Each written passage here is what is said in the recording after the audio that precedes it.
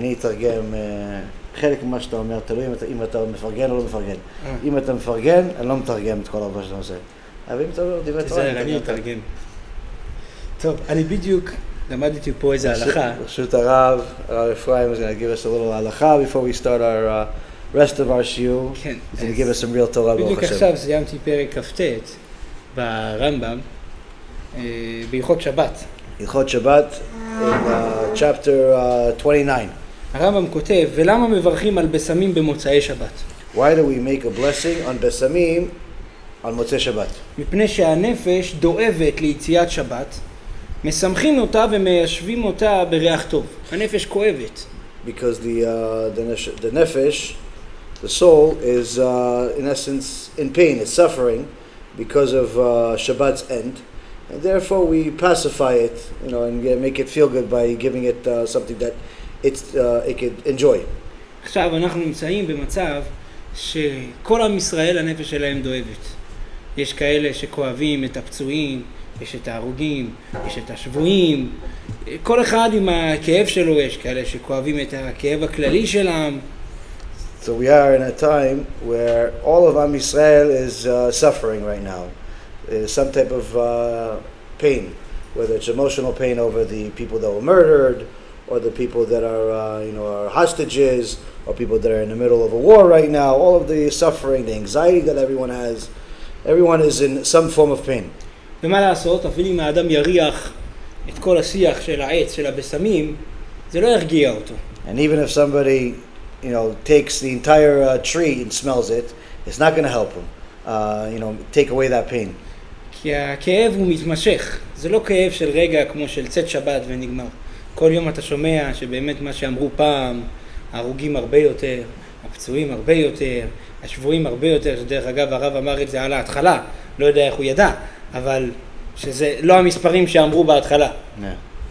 As he says, the suffering that souls are suffering right now is not like the suffering of the soul that's happening at Mosei Shabbat, where it's just momentary, the end of Shabbat, beginning of a new week. No, the suffering now is constant, and there's always new information. There's more people that are hostages than they told us initially. There's more people that died than they told us initially. There's more people that are injured than they told us initially. And we said it right away from the beginning of this whole thing, that the numbers that they're reporting are actually not true. And they're far from true. והשאלה... You can open the thing if you want. יכולים לפתוח את זה. והשאלה היא איך מרגיעים את הנפש. איך מרגיעים את הנפש ששומעים כל כך הרבה דברים כואבים, כל כך הרבה דברים קשים, והצרות של עם ישראל, רק אתה חושב, זהו, הגענו עד לזמן מסוים, אז אתה אומר לא, זה משהו חדש, זה משהו חדש. איך מרפאים את הנפש? It says that every time somebody thinks that they got to a certain point where things have calmed down, their emotions have calmed down, again something new comes up. Like another thing comes up, another thing comes up, and constantly it's almost like a renewed pain each and every time. הגמרא אומרת במסכת עירובין, בדף נ"ד, החש בראשו יעסוק בתורה, החש במאיו יעסוק בתורה, החש בידיו יעסוק בתורה. רשימה שלמה. So the Gemara in Masechet Eruvin, page 54, says that anyone that has certain pains in his head, go learn Torah. Anyone has pain somewhere else, go learn Torah. Anyone has pain somewhere else, it keeps giving you different pains that people endure in their life, and the solution is constantly the same thing, go learn Torah. ואחרי שהגמרא מונה את האיברים, אומרת הגמרא משפט, החש בכל גופו יעסוק בתורה. And then after it goes through all the body elements, and tells you constantly to go learn Torah, it says, and if someone, his entire body hurts, go learn Torah also. אז אם ככה, תגיד, על ההתחלה, החש בכל גופו, ואז אדם יודע, אם זה עוזר לכל הגוף, ודאי שזה עוזר לראש, לעיניים, לידיים, לרגליים. לא, הגמרא מביאה פסוק לכל אחד, ובסוף, החש בהכל. So the question is, what's the whole point of going through every single body part that it hurts, this one hurts, that one hurts, and the solution is constantly go learn Torah. If you're going to tell me at the end, if the whole body hurts, go learn Torah. Just tell me the whole thing from the beginning. If anything hurts, go learn Torah. That's the solution. That's the cure for the ailment. אחד ההסברים בזה, כשהנפש כואבת, כל הגוף כואב. הנפש של האדם, שהאדם פתאום שומע איזו שמועה רעה, יש כתוב בנביא, מדוע ראיתי כל גבר ידיו על חלציו, כאילו עובר חבלי הריון. למה? על שמועה רעה כי בא. שפתאום בן אדם שומע שמועות רעות, שמועות מבהילות, כל הגוף שלו כואב. So one of the sages explains that when the soul hurts, the whole body hurts. That's in essence when it says when the body hurts, then go learn Torah. In essence, it's trying to imply if your soul hurts, if you have emotional pain, go learn Torah. And he says because when the soul hurts, when you have some type of emotional pain, it's something that most people don't know how to deal with. One of the prophets says that why is it that when I see a person, it's like he's carrying a baby and enduring labor pain. And they explain it's because there's emotional pain there, because of all of what was happening at the time. ולכן הגמרא אחרי שאמרה, אם יש לך איבר כואב גשמי, יש פתרון, אבל אפילו אם כל הגוף כואב, שזה נדיר שאדם שכל הגוף יכאב לו. אפילו אחד שהגיע לרופא אמר פעם, כל מקום שאני נוגע כואב לי, אמר לו הרופא, האצבע שלך שבורה. זה אין סיכוי שכל הגוף כואב. אבל מה כן? הנפש. So he says so the Gemara says if the certain body parts hurt, then you solve it with the Torah. The whole body hurts. It's really referring to the neshama hurting. But the question is that it's rare that the entire body hurts. Even as a joke, as a side joke, he says even somebody came to the doctor and said, "Listen, my whole body hurts. Everywhere that I touch, it hurts." And the doctor says, "Yeah, it's because your finger's broken." So everything hurts. זה אומר כשהנפש כואבת, התרופה הכי טובה זה התורה. So which means all of it means is that when your nefesh, your neshama is hurting, the best cure is learning Torah. ולכן כשאדם בא לבוא ולשמוע שיעור תורה אמיתי, לא בשביל לבוא ולראות איזה מופע של סטנדאפ וצחוקים וקצת בדיחות ואוכל מכאן עד הודעה חדשה וכל מיני מוזיקה וטופים, אלא נטו בשביל התורה. זה התרופה הכי גדולה לנפש. So that's why when somebody comes to learn Torah, but a real shiur Torah, not something that's more of like a stand-up comedian or a show where there's food and snacks and everything is so much built up around the show itself, there's not really much Torah there. But somebody that's coming to learn Torah, that's the best cure for any emotional ailment, any type of spiritual ailment. והרמב"ם קורא לתלמידי החכמים, לחכמי ישראל, רופאי הנפשות. And the Rambam calls in the Rambam in the Yad HaChazakah, he calls the Torah scholars the doctors of the soul. ומה הבעיה? לפעמים ברופא הוא עושה איזה טיפול כואב, מכאיב. אני זוכר תמיד שהייתי הולך טיפול שיניים, הרופא אומר זה לא כואב. ואני אומר בלב, איזה שקרן, מה לא כואב? לא ברור שלא לא כואב, אבל לי כואב, מה הוא אומר לי לא כואב? So he says the problem is with doctors is that sometimes that the cure is painful. It's painful. He says, I remember any time I went to the dentist and he would tell me, no, this doesn't hurt. And I'd say to myself, he's a liar. It does hurt. Him maybe it doesn't hurt, but it hurts me. ואותו דבר ברופא הנפשות. כשבן אדם מגיע לשיעור מתלמיד חכם והוא שומע דברי אלוקים חיים, לפעמים זה כואב. רק מה ההבדל בין רופא גשמי לרופא רוחני? רופא גשמי באמת לרופא לא כואב. רופא רוחני הוא צועק מכאב. So he says that what's the difference between a doctor of the soul versus a doctor of the body? The doctor of the body, for him when he's giving any type of solution to your pain, and it hurts you, but it doesn't hurt him. So when he says it doesn't hurt, it really doesn't hurt him. But when somebody's a doctor of a Talmid Chacham, that's a doctor of the soul, when he's giving you a painful shiur, you should know that it's also painful for him. Why? Because he's yelling out of pain, out of his own agony. That's why he's telling you what he's telling you. ולכן, ברוך השם שזכיתם לבוא לשמוע שיעור מאחד מרופאי הנפשות הטובים בדור, זה גם תתרגם, כשהוא בא ואומר, כשהוא אומר את התוכחות ואת הדברי אלוקים חיים, זה כמו רופא שבעצם צריך, אין מה לעשות, לפתוח פצע, לנקות, זה יכאב בטיפול, אבל אחרי זה תהיה בריא. Baruch Hashem that we've merited to come learn Torah together he says I'm one of the best spiritual doctors of the generation. That yes, when a doctor is going to tell you The things they're going to hurt. Some of the things that shiur Torah is going to have is going to be painful. But the good news is that after, when you listen to what the Torah says, it's you're going to feel much healthier. ולכן לפעמים אפילו שבן אדם לא מבין את הטיפול, לא מבין למה זה ככה, אבל בסוף הטיפול הוא רואה, וואו, איזו תוצאה טובה. הרופא הזה כבר ריפא אלפי אנשים, הרופא הזה כבר עזר לכל כך הרבה אנשים, גם אני רוצה כזה טיפול. So even if somebody comes to this type of doctor that's actually has a track record of curing thousands of people, and he doesn't really understand what he's doing and why it's so painful, but when he sees, listen, look at how many people are healthy right now. I want to be healthy like them. And he ends up going through it and also becomes healthy. אז באמת, מהסיבה הזאת, לכאורה הייתי צריך להישאר פה אפילו שאני לא מבין מילה באנגלית, כי גם את הטיפול הרפואי של אז לא הבנתי.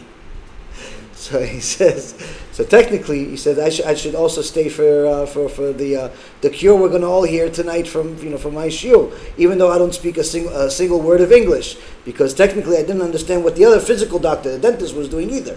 אבל הרב הסכים לי שאני אלך ללמוד בינתיים, שיהיה טיפול גם שאני מבין אותו, ושבעזרת השם כולכם תזכו לבוא ולהבין את הדברים, ושהדברים ייכנסו אל הלב, ותביאו ותפיקו לקחים איך אפשר לבוא ולייעל אותם הלאה והלאה. Bezrat Hashem. And he says in Bezrat Hashem, he's going to go learn Bezrat Hashem, something, continue all of the Torah learning that he's doing, but all of us are going to learn over here, and Bezrat Hashem, all of us will merit to understand and accept everything into our hearts from the Torah, and Bezrat Hashem, all continue to grow in the Torah, Bezrat Hashem. צחקו ברוך הרב, בהצלחה גדולה, השם ישמריכם, בשורות טובות. השם יברך אתכם. תורה ותעלו. Amen, amen. Amen. Oh Hashem, to the Rav, each time we have the merit to see him, it's exciting. And since I've been here in Israel, for me it's a double joy. I get to see him when we pray, I get to see him when we learn. So, usually I get to see him on the screen all the time. So it's Baruch Hashem, special reward. So he obviously told us a lot of what we need to know, and Be'ezrat Hashem, HaKadosh Baruch Hu will give us the words to build on top of that, to really take things into perspective. Because right now, as the Rav said, there's an extraordinary amount of emotional sickness in the air. People are addicted to television screens, they're addicted to the internet, everyone has become a war pundit, everyone has opinions of what the war should be like, and how the third world war is coming, and how this one is going to attack next, and that one is going to attack next, and this one has the best planes, and that one has a good army, and that one has a submarine, and everyone has become an expert. All of a sudden, yesterday he was selling hot dogs. Today he's a war, he has a whole station on YouTube with 1 million subscribers talking about his expertise in war. The only war he knows is video games. But in reality, the subscribers believe what he says. Oh, look, this is the end, the army, and this, and that. And the problem is, people listen to this. Now the question is this good for you? Because I know a few people that, Baruch Hashem, are so addicted to the screen right now that they themselves have become reporters of the reporters. They report to their friends. Listen, I listened to this one on the station. He sounds like he knows what he's talking about. Why does he sound like that? Because he doesn't, perhaps he speaks English well. That's why he sounds good. He said, well, this guy's really, really smart. How do you know? I don't know. He has some type of certificate on the background. How do you know it's not AI or something else? It's, Anyway, everybody sounds good now. Everybody sounds like it's the end of, Question is this all good for you? The results are people are nervous. People are very, very nervous. Everyone is scared to death. Certainly, there are reasons to be scared, but are we scared for the right reasons? If you're not scared, there's something wrong with you. The question is, are you scared of the right thing? Because Shlomo HaMelech says, Ashrei Adam mefachet tamid. Praiseworthy is the person that's always scared. So technically, if you just started getting scared over the last month, you're already late. You're already late. Now that you're scared finally, what are you scared of? Some Hamasnik coming? Well, you saw all the videos, like the rest of the world, myself included, some, murders and rapes and all the horrible things they did to us, our brothers and our sisters and our children. So now you're scared? They did it before also, right? This is not the first time. And I'm not even talking about just like this year. They've been doing it every so often for centuries. That's the whole religion. It's the religion of death. Since day one, Muhammad has been murdering people on a regular basis. Anyone that learns anything a little bit about that filthy religion of death knows that's their religion. It's not a new thing. There's nothing new about it. They've been murdering, raping, and killing on a regular basis. This was not news to anyone familiar with that religion, anyone familiar with those people. Now, of course, everyone thought, we have an army, we have a this, we have a that, never again. How many times have you heard never again? Never again, until it happened again. Now what are they going to do? Never again? Never again, this time. The whole thing became a joke. Why is it a joke? Because if you're saying never again because of your army, if you're saying never again because of your government, if you're saying never again because you got a lot of money for saying never again, all of it is kfirah, all of it is heresy. All of it is heresy. Why? Because Torah says otherwise. Torah says, never again so long as you follow my Torah. Im bechukotai telechu, if you go with my laws. But if you don't, ve'alachti mimi bekeri, ve'alachti imachem bechamat keri. HaKadosh Baruch Hu says, but if you treat my laws like it's a happenstance, like once, it's not really serious, I will go with you double. Worse than what you go with me. Meaning, the punishment is double for treating his Torah like a joke. So Hashem says again and again, multiple times in the Torah. So the thing is, though, is that now that people are watching the news, on one end, the neshamot are opened up a little bit more, or a lot more in some cases, to hearing truth, to hearing answers because they were not able to find the answers anywhere else. Their ideology that they've had their whole life has gone into the garbage. Their lefty liberal ideology it's not worth 5 cents. The faith in the government or any type of protection is not worth even a penny. There are many people around the world that hate us, a lot more than the people that hate us even here. And the reality is anyone that thinks that the war is only here is delusional. Because just anyone that even spent 5 minutes watching the news sees that there is literally millions and millions and millions, tens of millions of people that hate Israel more than Hamas. And they don't even know us. In fact, they don't even know them. They call, you're torturing these people. They're such poor people. They're such victims. Victims? Okay, let me see. Hold on a second. So, would you agree that if your son is a homosexual, that they'll chop his head off in the middle of the street? Oh, no? Okay, well, they do. Would you agree that if your wife is not modest, they'll stone her in the middle of the street? Oh, no. Oh, they do. Would you agree that if you don't follow all of their rules, they're going to kill you in front of everyone? No. Well, apparently, they're not as nice as you thought. So why are you protecting them?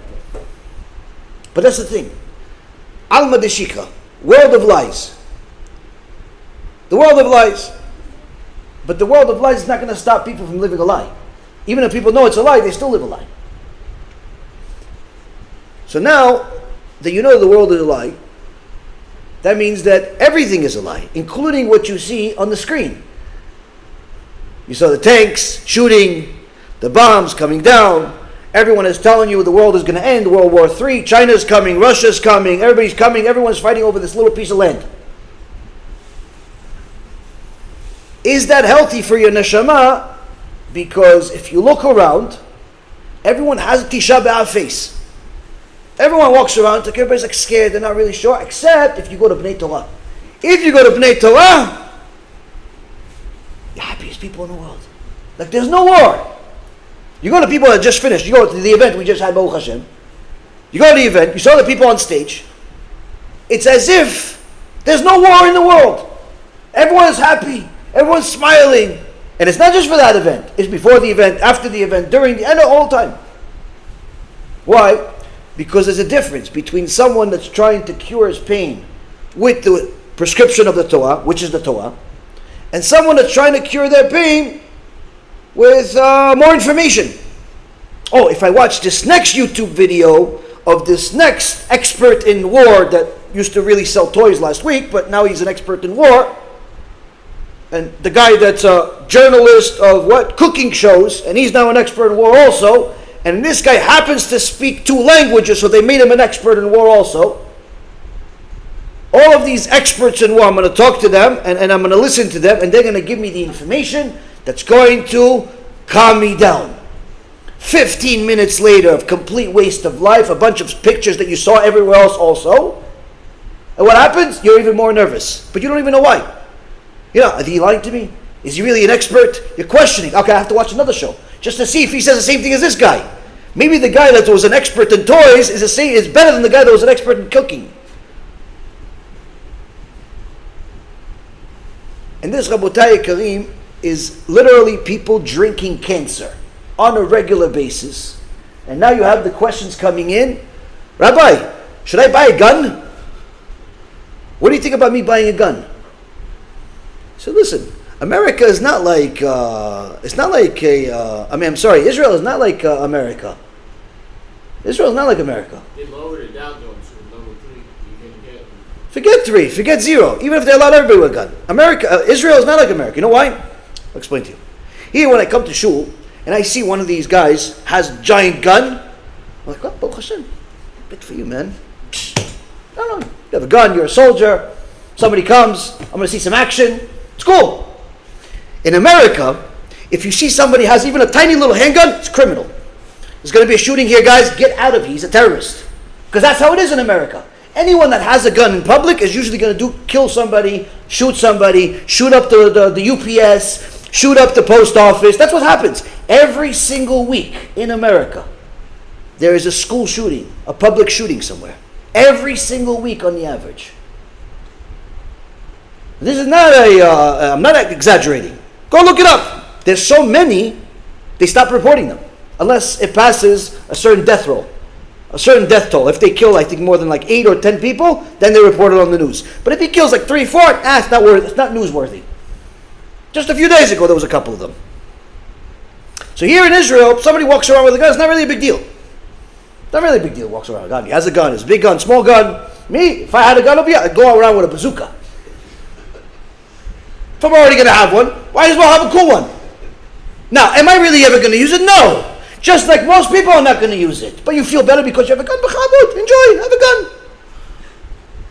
Because when the terrorist comes, unless you're a trained soldier, you're not going to know how to press the buttons, bichlal. If a terrorist ever comes, you're not going to know. Oh, wait, how do you do it? Hold on a second. Hold on with the axe. Hold on.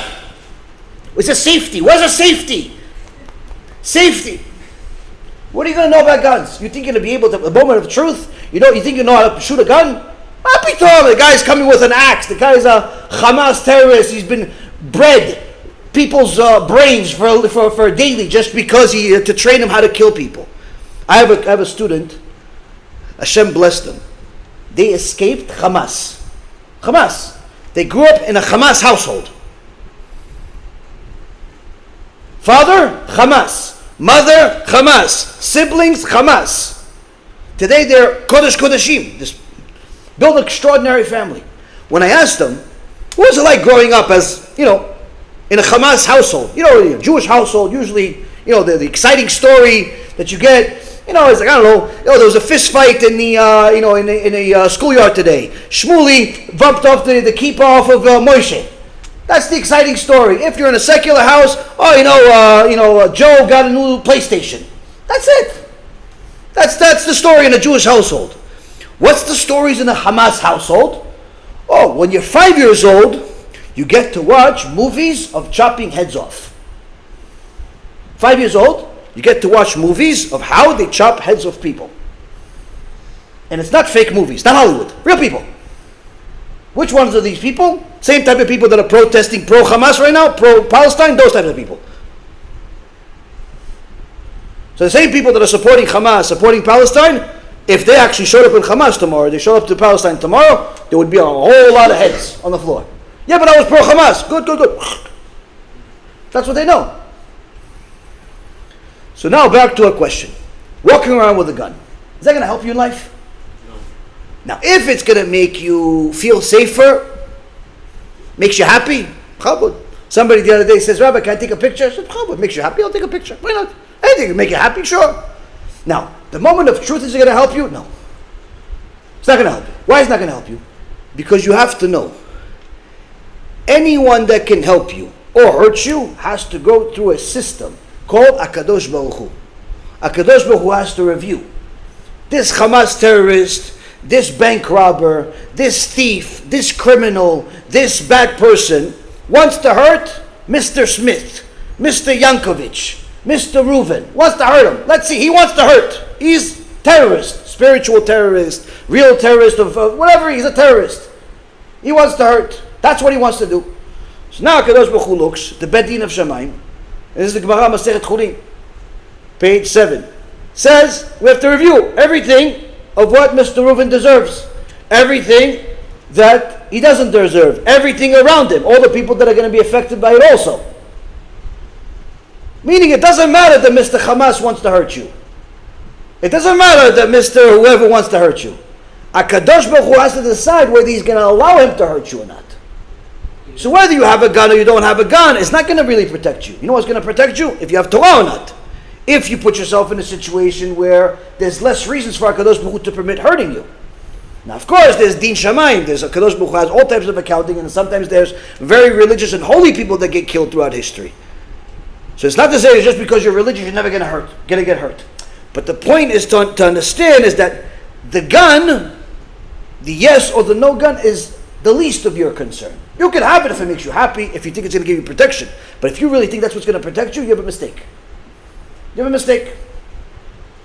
Now, Could you say it's Hishtadlut? can you say? It's Hishtadlut? It's Hishtadlut, sure. But like I said, if it makes the person calmer to a certain extent, but he doesn't actually think this is really the whole thing that's going to protect him, sure, by all means. There's no sin of carrying a gun. I actually think it's pretty cool there's a bunch of guys walking around with guns. But if they think that that's really what's going to protect them, like if people think that the IDF is really what's going to win this war, that's a mistake. So Hashem, he makes the count even after he gives the sword to the Kachlon. Okay. Even after he gives the sword to the criminal, even after he gives him the atomic bomb, even after he gives him whatever he gives him, only he decides if it's going to work or not. Only he decides. Lehavdil. Let's say there's a couple, and unfortunately, I know some couples that they have trouble. They have trouble having kids. There's not many things worse than that as far as suffering. Because you want to have kids, and you can't have kids. So they ask me, is it worth it to even try anymore? Is it this or that? Listen, you have to understand. The effort is the only thing you're responsible for. The effort is what you're responsible for. You are fulfilling a mitzvah by trying to bring kids to the world. There's multiple mitzvot. There's the mitzvah of trying to bring kids to the world, and there's the mitzvah of onah, be a man and his wife. As far as the results, that's always been in the hand of Hashem. Now, whether the results bring an actual real life baby that's going to cry and drive you crazy for the next 20, 30, 40, 50, 60, 70, 80, 90 years, or it's going to bring a holy neshama, that's, we'll see. But we see that Avraham Avinu didn't give up on Sarah just because 90 years no luck. He continued. And then the Zohar Kadosh says, Baruch Hashem, that he continued because the neshamot of all the converts that are in the world today come from Avraham Avinu. And that's what we talked about last week's shiur. So the effort is what we have to do. Our effort. So like he said, for example, the Hishtadlut. You have Hishtadlut, you have the effort. You carrying a gun, that's your effort. Fine, there's no problem with the effort. But don't think for a moment that the effort assures success.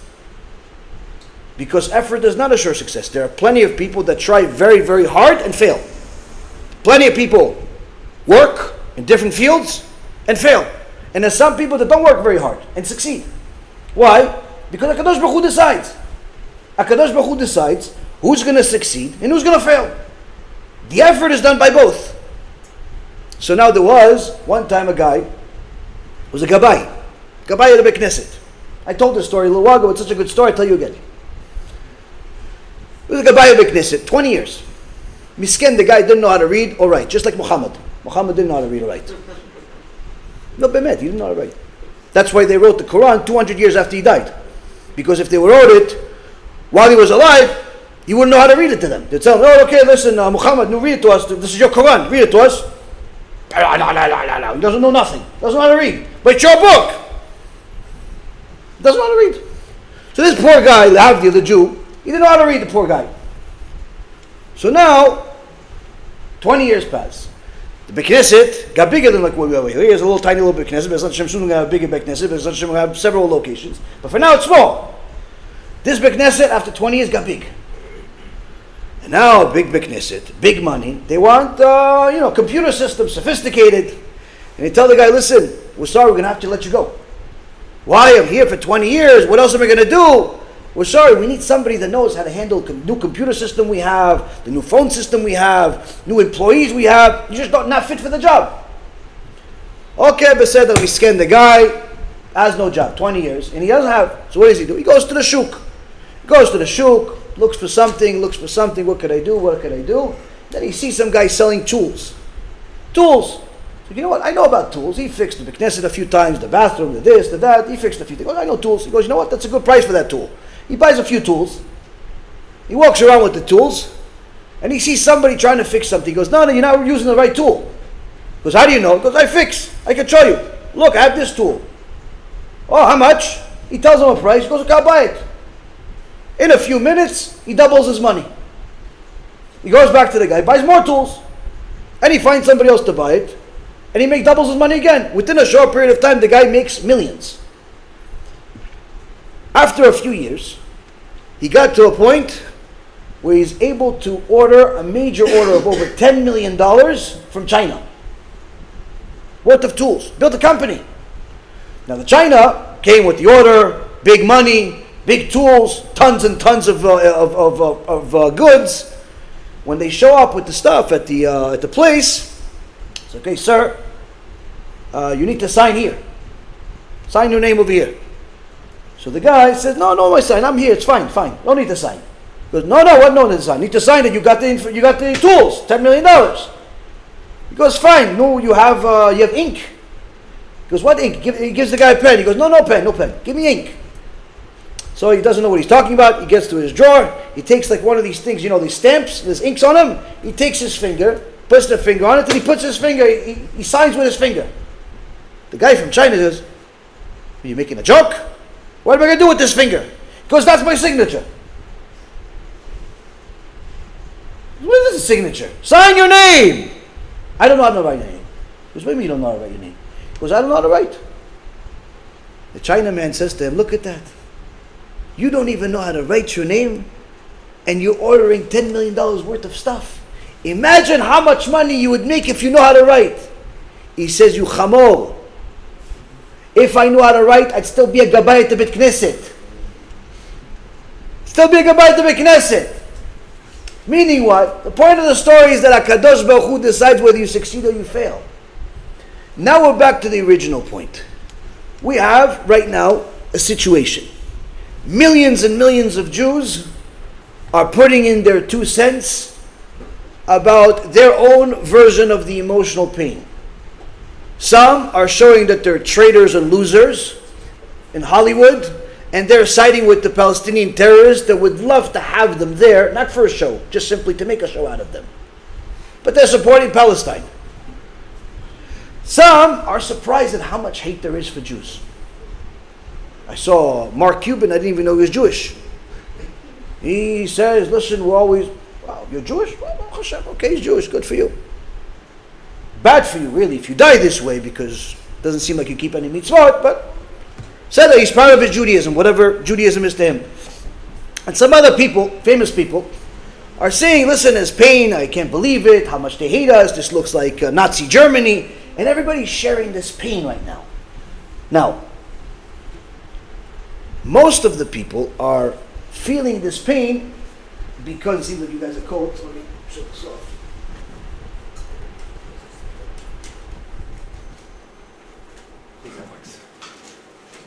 Most of the people are feeling the pain over and over again because of the news. Because of all of those cooking show people that are now on YouTube and the conspiracy theories that used to... Why don't you just say it's all fake, if that's what it is? It is fake. All right, so But it's much funnier if I say it's cooking show people. It's more entertaining. If I say it's fake, That's like 2 years ago was a joke. Now it's new material. My mother told me that she watched a few stations and you can't tell who's telling the truth. They're all lying. About the same thing. They're all speculating. That's the thing. Some of them are outright lying. The rest of them are speculating. Why? Because no one knows what's going on. Even the people that are in the war don't know what's going on. Even the soldiers don't know what's going on. Even the people that are leading the war don't know what's going on. Only HaKadosh Baruch Hu knows what's going on, what's going to happen out of this. But the key is that the effect on the people continues to grow. Meaning, people continue to grow more nervous, people continue to be more miserable, people continue to be confused. Now, is this good or is this bad for you? Shlomo HaMelech said that Ashrei Adam Mefachim Tamid. Praiseworthy is the person that's always scared. But was this what he was referring to? Now, in one of the Chachamim that wrote a responsa that has a lot of different tshuvot that have to do with a lot of different things.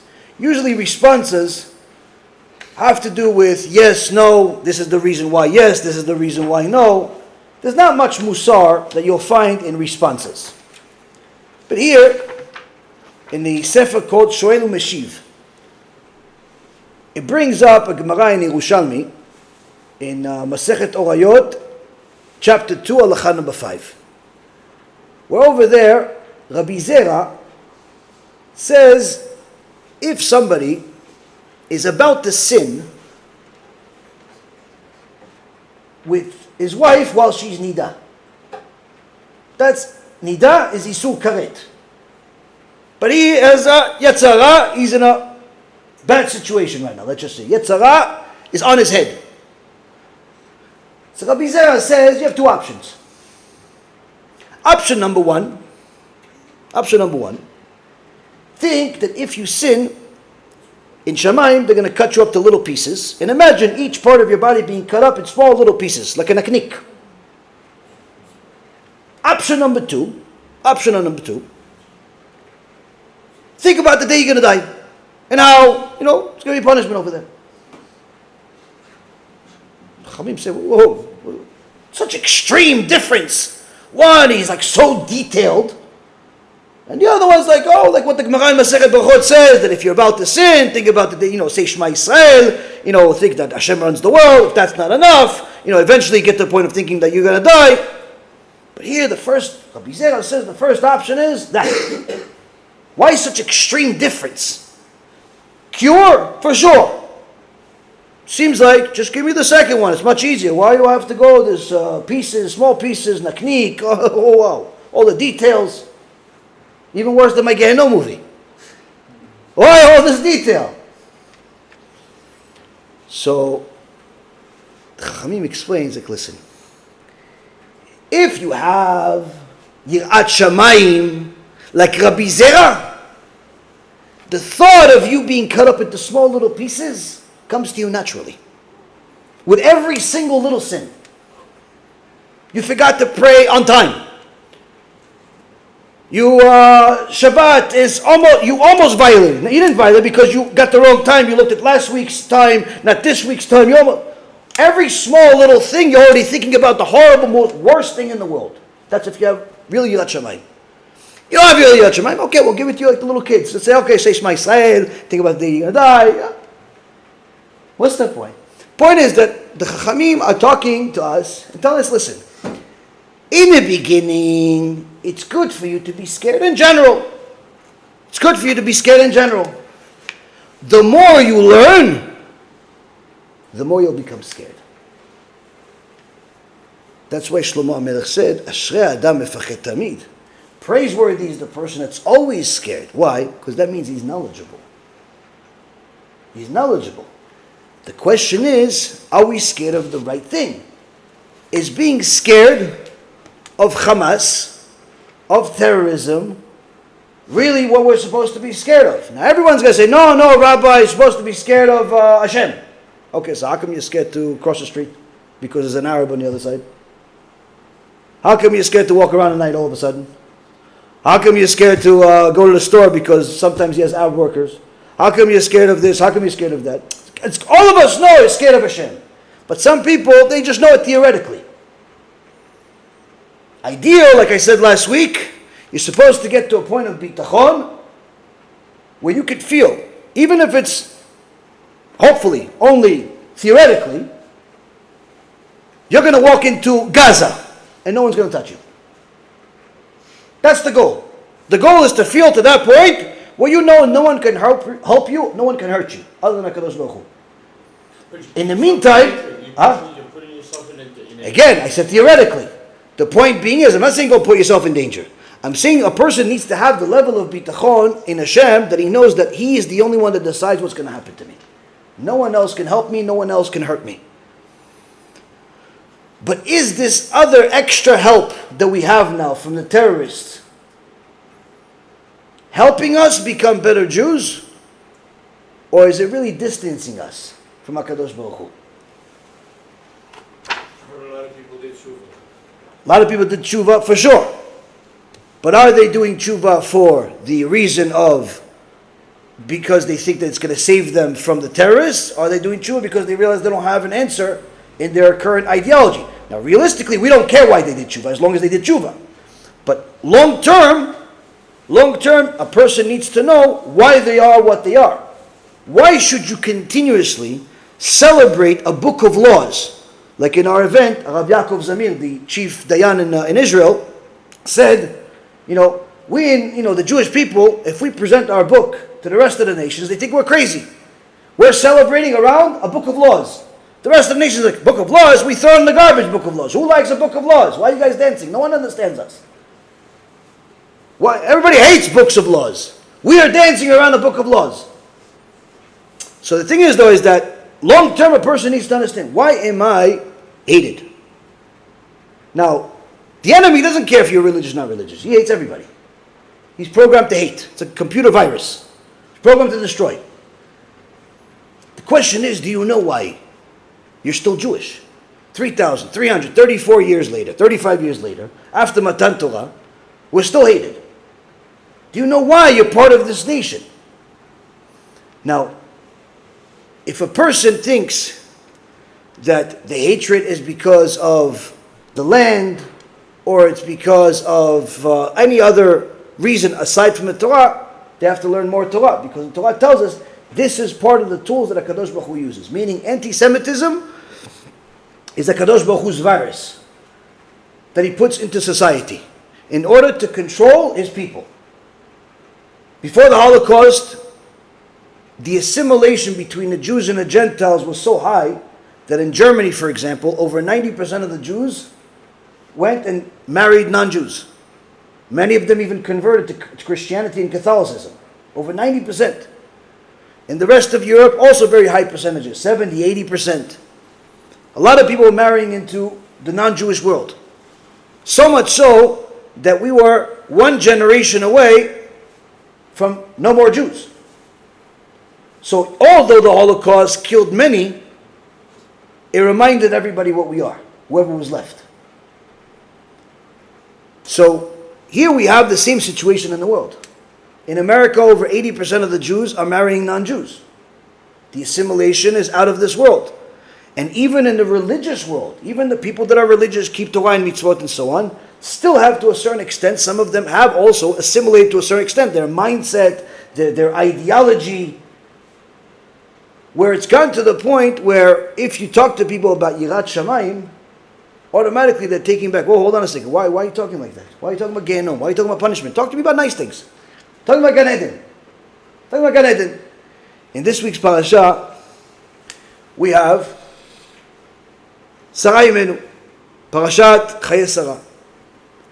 Now, Sarah Imenu leaves this world, and it says that Avraham Avinu cried, but a little bit, over Sarah Imenu. A little bit. And you think, you're with somebody for over 100 years, you cry a lot. No, Avraham Avinu cried a little bit. And it's not because he didn't love Sarah. How do we know? Look what he bought, what kind of gravesite he bought her. The gravesite he bought her is, in today's money, $40-50 million. Which, by the way, as a side note, the Ma'arat Machpelah is one of the greatest proofs of the divinity of the Torah and how much HaKadosh Baruch Hu loves Am Yisrael. Why? Obviously, at that time, you have Marat Machpelah, you have all the people that are part of this whole situation where Avraham Avinu is about to buy this place from Efraim. Meaning it's a whole town, a lot of people. Certainly, some people are much richer than Avraham. Certainly, there are other people that are much more popular than Avraham.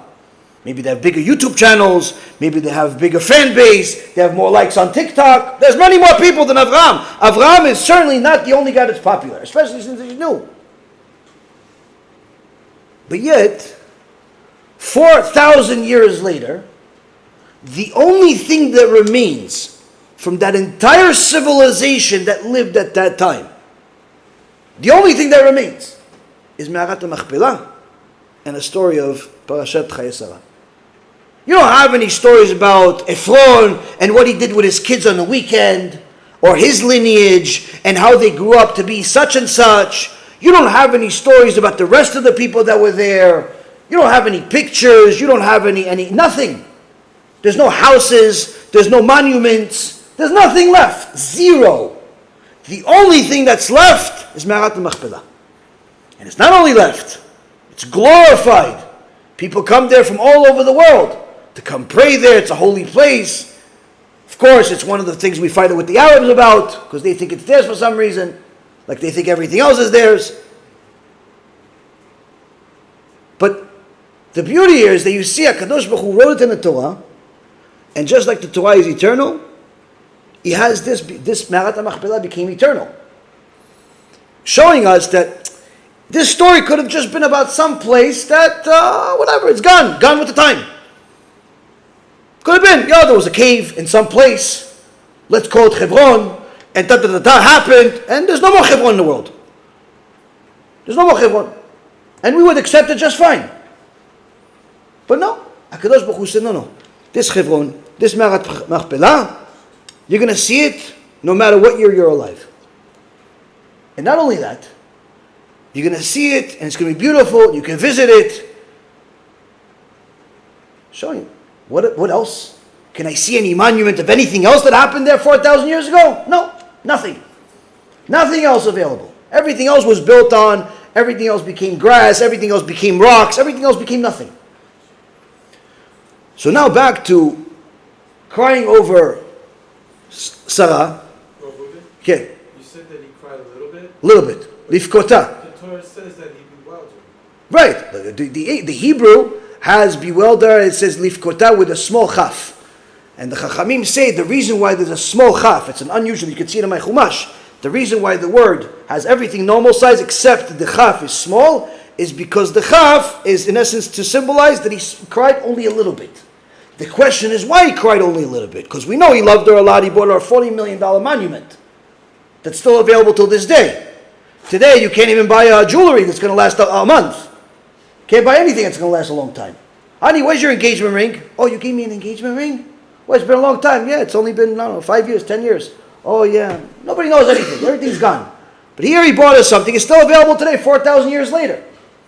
But he only cried a little bit. Why did he cry only a little bit? The reason why, Rabotai, is because Avraham Avinu knew that this life is like a corridor to the real life. It's only a small little hole. You're here for a little while. She was here for 127 years, but she is in Olam Haba, in Gan Eden forever. So what are you going to cry about? She's in Gan Eden. She's in the best place in the world. She's in the best place in the world. What am I going to cry about? She's great. She's doing fantastic. She's not sick in the morning. She doesn't have any backaches. Her legs are not puffy. She doesn't have to worry about what dress is going to fit her, not fit her. Is she fat? Is she skinny? Is the hair good? Is the hair good? Is the kiski surosh, that surosh? Nothing. There's no problems over there. The kids are not driving her crazy. There's babysitters. For free. Everything is great. There's no problems over there. Now, people ask me, why don't you give shiur about Gehinnom? Why did you give shiur about Gan Eden? That was the shiur about Gan Eden. Why is that? Why cannot be expanded upon? Because it won't interest you. What we do in Gan Eden, BeEzrat HaShem, when we get there, is not of interest to many people in this world. Tell you they learn Torah. People say, God, learn Torah is still there. What kind of Gan Eden is that? I said, okay, you're probably not going to go there. Yes? If Ishmael did Teshuvah at the end of his life, why did his descendants still come out bad? The father is responsible for his actions, just like the son is responsible for his actions. So Ishmael did Teshuvah, he's responsible for his. If the son would have done Teshuvah, he would have also done. Just because the father is righteous doesn't mean the son is going to be righteous. For example, you have Avraham Avinu, Yitzchak Avinu, Yaakov Avinu, all of them righteous. But we have Yitzchak had Esav. Esav is Edom, he's Amalek, he's the ultimate arch enemy of Am Yisrael, of Yaakov. They're not getting punished because of him. No, the Esav was wicked. The way the Torah says is that if the father is wicked and the son is wicked, then the son gets punished for both because he's continuing the wickedness of his father. But if the father is righteous and the son is wicked, then the father doesn't get punished for his son. Only if the father caused him to be wicked. If the father caused him to be wicked, then he gets punished for it. But if he brought him to yeshiva, he brought him good things, and he decided to be a criminal, that's his problem. So Ishmael, he did Teshuvah in the end. He lived a wicked life, and then he did Teshuvah, and that's why he's mentioned in this week's parasha at the end. He's mentioned that he buried Avraham together with Yitzchak. If he was still wicked, he wouldn't have been mentioned. His descendants, on the other hand, many of them are very wicked. Now, when we talk about Gan Eden, generally speaking, is joy, is beautiful, but it's not really much of interest that most people would relate to in this world. Gehinnom, on the other hand, is something that everyone can relate to a certain extent because everyone knows what pain is. Whether you're a little kid and you endured pain by falling while playing with some type of ball, or you ran after your friend and instead of catching him, you ran into a pole, everybody knows pain. When you're a little older, somebody stole some money from you, that's pain. When you get a little older, there's all types of other issues, marriage issues, children issues, financial issues, health issues. You know, you wake up one day, you're already 50 years old, and you feel like you're 150 years old. You remember yesterday you were 20, now you're 50. Everything hurts all of a sudden. You know pain. So everyone knows pain. And Gehinnom talks about that. Now, Chachamim say, the people have gone to the point, and this is in Or Yisrael, which was a book written by Rabbi Yisrael Misalant and also combined with his Talmid, Rabbi Yitzchak Blazer. Highly recommended. One of the few high-quality Musar books that has been translated perfectly to English. But is obviously also available in other languages. What was the name? Sorry. Or Yisrael. He says that people have gone to the point where they're scared to learn about Yirat Shamayim, scared to learn about Gehinnom, scared to learn about punishment. Because when they hear about it, they imagine themselves there. Now if I tell you about Gan Eden, I just told you about Gan Eden. You guys heard the shiur about Gan Eden. It's wonderful. But nobody felt like they were in Gan Eden. When I told you there's no problems, there's babysitters, no one, the feet don't hurt, the hands don't hurt, nothing hurts. No one felt like they were in Gan Eden. It was just funny. It was entertaining. It was great. Hopefully one day I'll be there. No one really felt like they were there. But anyone that watches 5 minutes of any one of my shiurim where I talk about Gehinnom, all of a sudden they say, "Ooh, I don't want to go there." Well, who's talking about you going there? I'm just talking about generally. Everybody feels like they're going to be there. Why? That's how HaKadosh Baruch Hu programmed us. That's how HaKadosh Baruch Hu programmed us. You can relate to it. Hence the reason why people, when they don't want to serve Hashem the way Hashem wants them to serve Him, they run away from shiurim, they run away from books, they run away from teachings that talk about Gehinnom. I remember I talked to one Avrech that Baruch Hashem did Teshuvah, even though he was already an Avrech, he had to do Teshuvah. Why had to do Teshuvah? Because all of the section he was learning the Shas, but he knew nothing about reward, punishment. He just knew about different sugyot in the Gemara. And I told, wait, did you go over Masechet Brachot? He said, yes. Masechet Avodah Zarah? Yes. I mean, it's practically in every Masechet. I said, wait, what about those sections over there where it talks about reward and punishment? He goes, no, we skipped those. We skipped those. So, he had to do Teshuvah. Baruch Hashem, he did Teshuvah. And all of a sudden, he became a much bigger Talmid Chacham. He was able to understand a lot of things that he couldn't understand before. So, the reason why people don't like to talk about it is because they imagine themselves there. Here, we have Avraham Avinu, The little letter, Nifkota, is talking about how, just a little bit of crying. Why? You don't have to talk too much about it, because she's in Gan Eden. She's in Gan Eden. If I tell you about what she's experiencing and how wonderful it is, you won't relate. You won't feel like you're there. It'll sound cool. I'll tell you about all the crazy, amazing animals that are there. The animals there all have wings. They're all beautiful. Even the pig is beautiful. Everything is wonderful there. Believe it or not, you eat over there, unlike what many people think. You eat there, and you even are with your wife there. There's a lot of wonderful things there. Now, it's not going to help you serve Hashem? No. It is very interesting. Mentally stimulating, for sure. But it's not going to help you in your purpose in life. On the other hand, Yirat Shamayim will. Why? HaKadosh Baruch Hu says, in Shabbat, Yirat Hashem hi otzarot. The fear of Hashem, that's his treasure. So now, Rabbi Natan of Breslev, the Talmid Muvag of Rabbi Nachman of Breslev, he writes in Sichot Aran, Torah 22. Many people know Breslev as the fun Hasidut. The fun Hasidut, you go dance in the middle of the street, Nana Nachnach, all types of wonderful hats, all types of wonderful dancing, all types of wonderful music. Everybody's happy. But when you really see the serious Talmidei Chachamim in Breslev, they're not like that. I met a few really serious Talmidei Chachamim in Breslev. They were nothing like that. They were like serious Talmidei Chachamim, like everybody else. You didn't know whether they're Breslev or not. Why? Because they know what Rabbi Natan of Breslev said over here in Torah number 22. He says,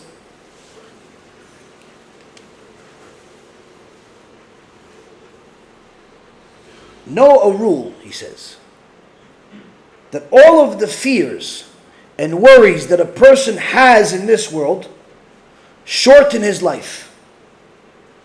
And one who delves into them excessively, into his own matters, like, I have to be worried about what I'm going to eat. This thing, it may not be healthy. I have to have a special diet. Or over there, I can't go on that street because over there, there's certain people. And over there, there's dirty air. And over there, there's excessive violence. And over there, and they're worried about everything. They're scared to live. Everything they're scared of. Oh, you heard in the news, China is really upset at us, and Russia is also upset, and Turkey, they're not making turkey anymore, and everybody's this, and everybody's that, and all these things, and he's worried about everything. Rabbi Natan of Breslev says, that type of worry, Chash v'shalom, make a person die early. That type of worry make a person die early. He's shortening his life. This also agrees, by the way, with anyone that saw our series, probably one of the most popular ones that people watch over and over again, including my wife, which is Bitachon BeHashem, 16 lectures that change your life.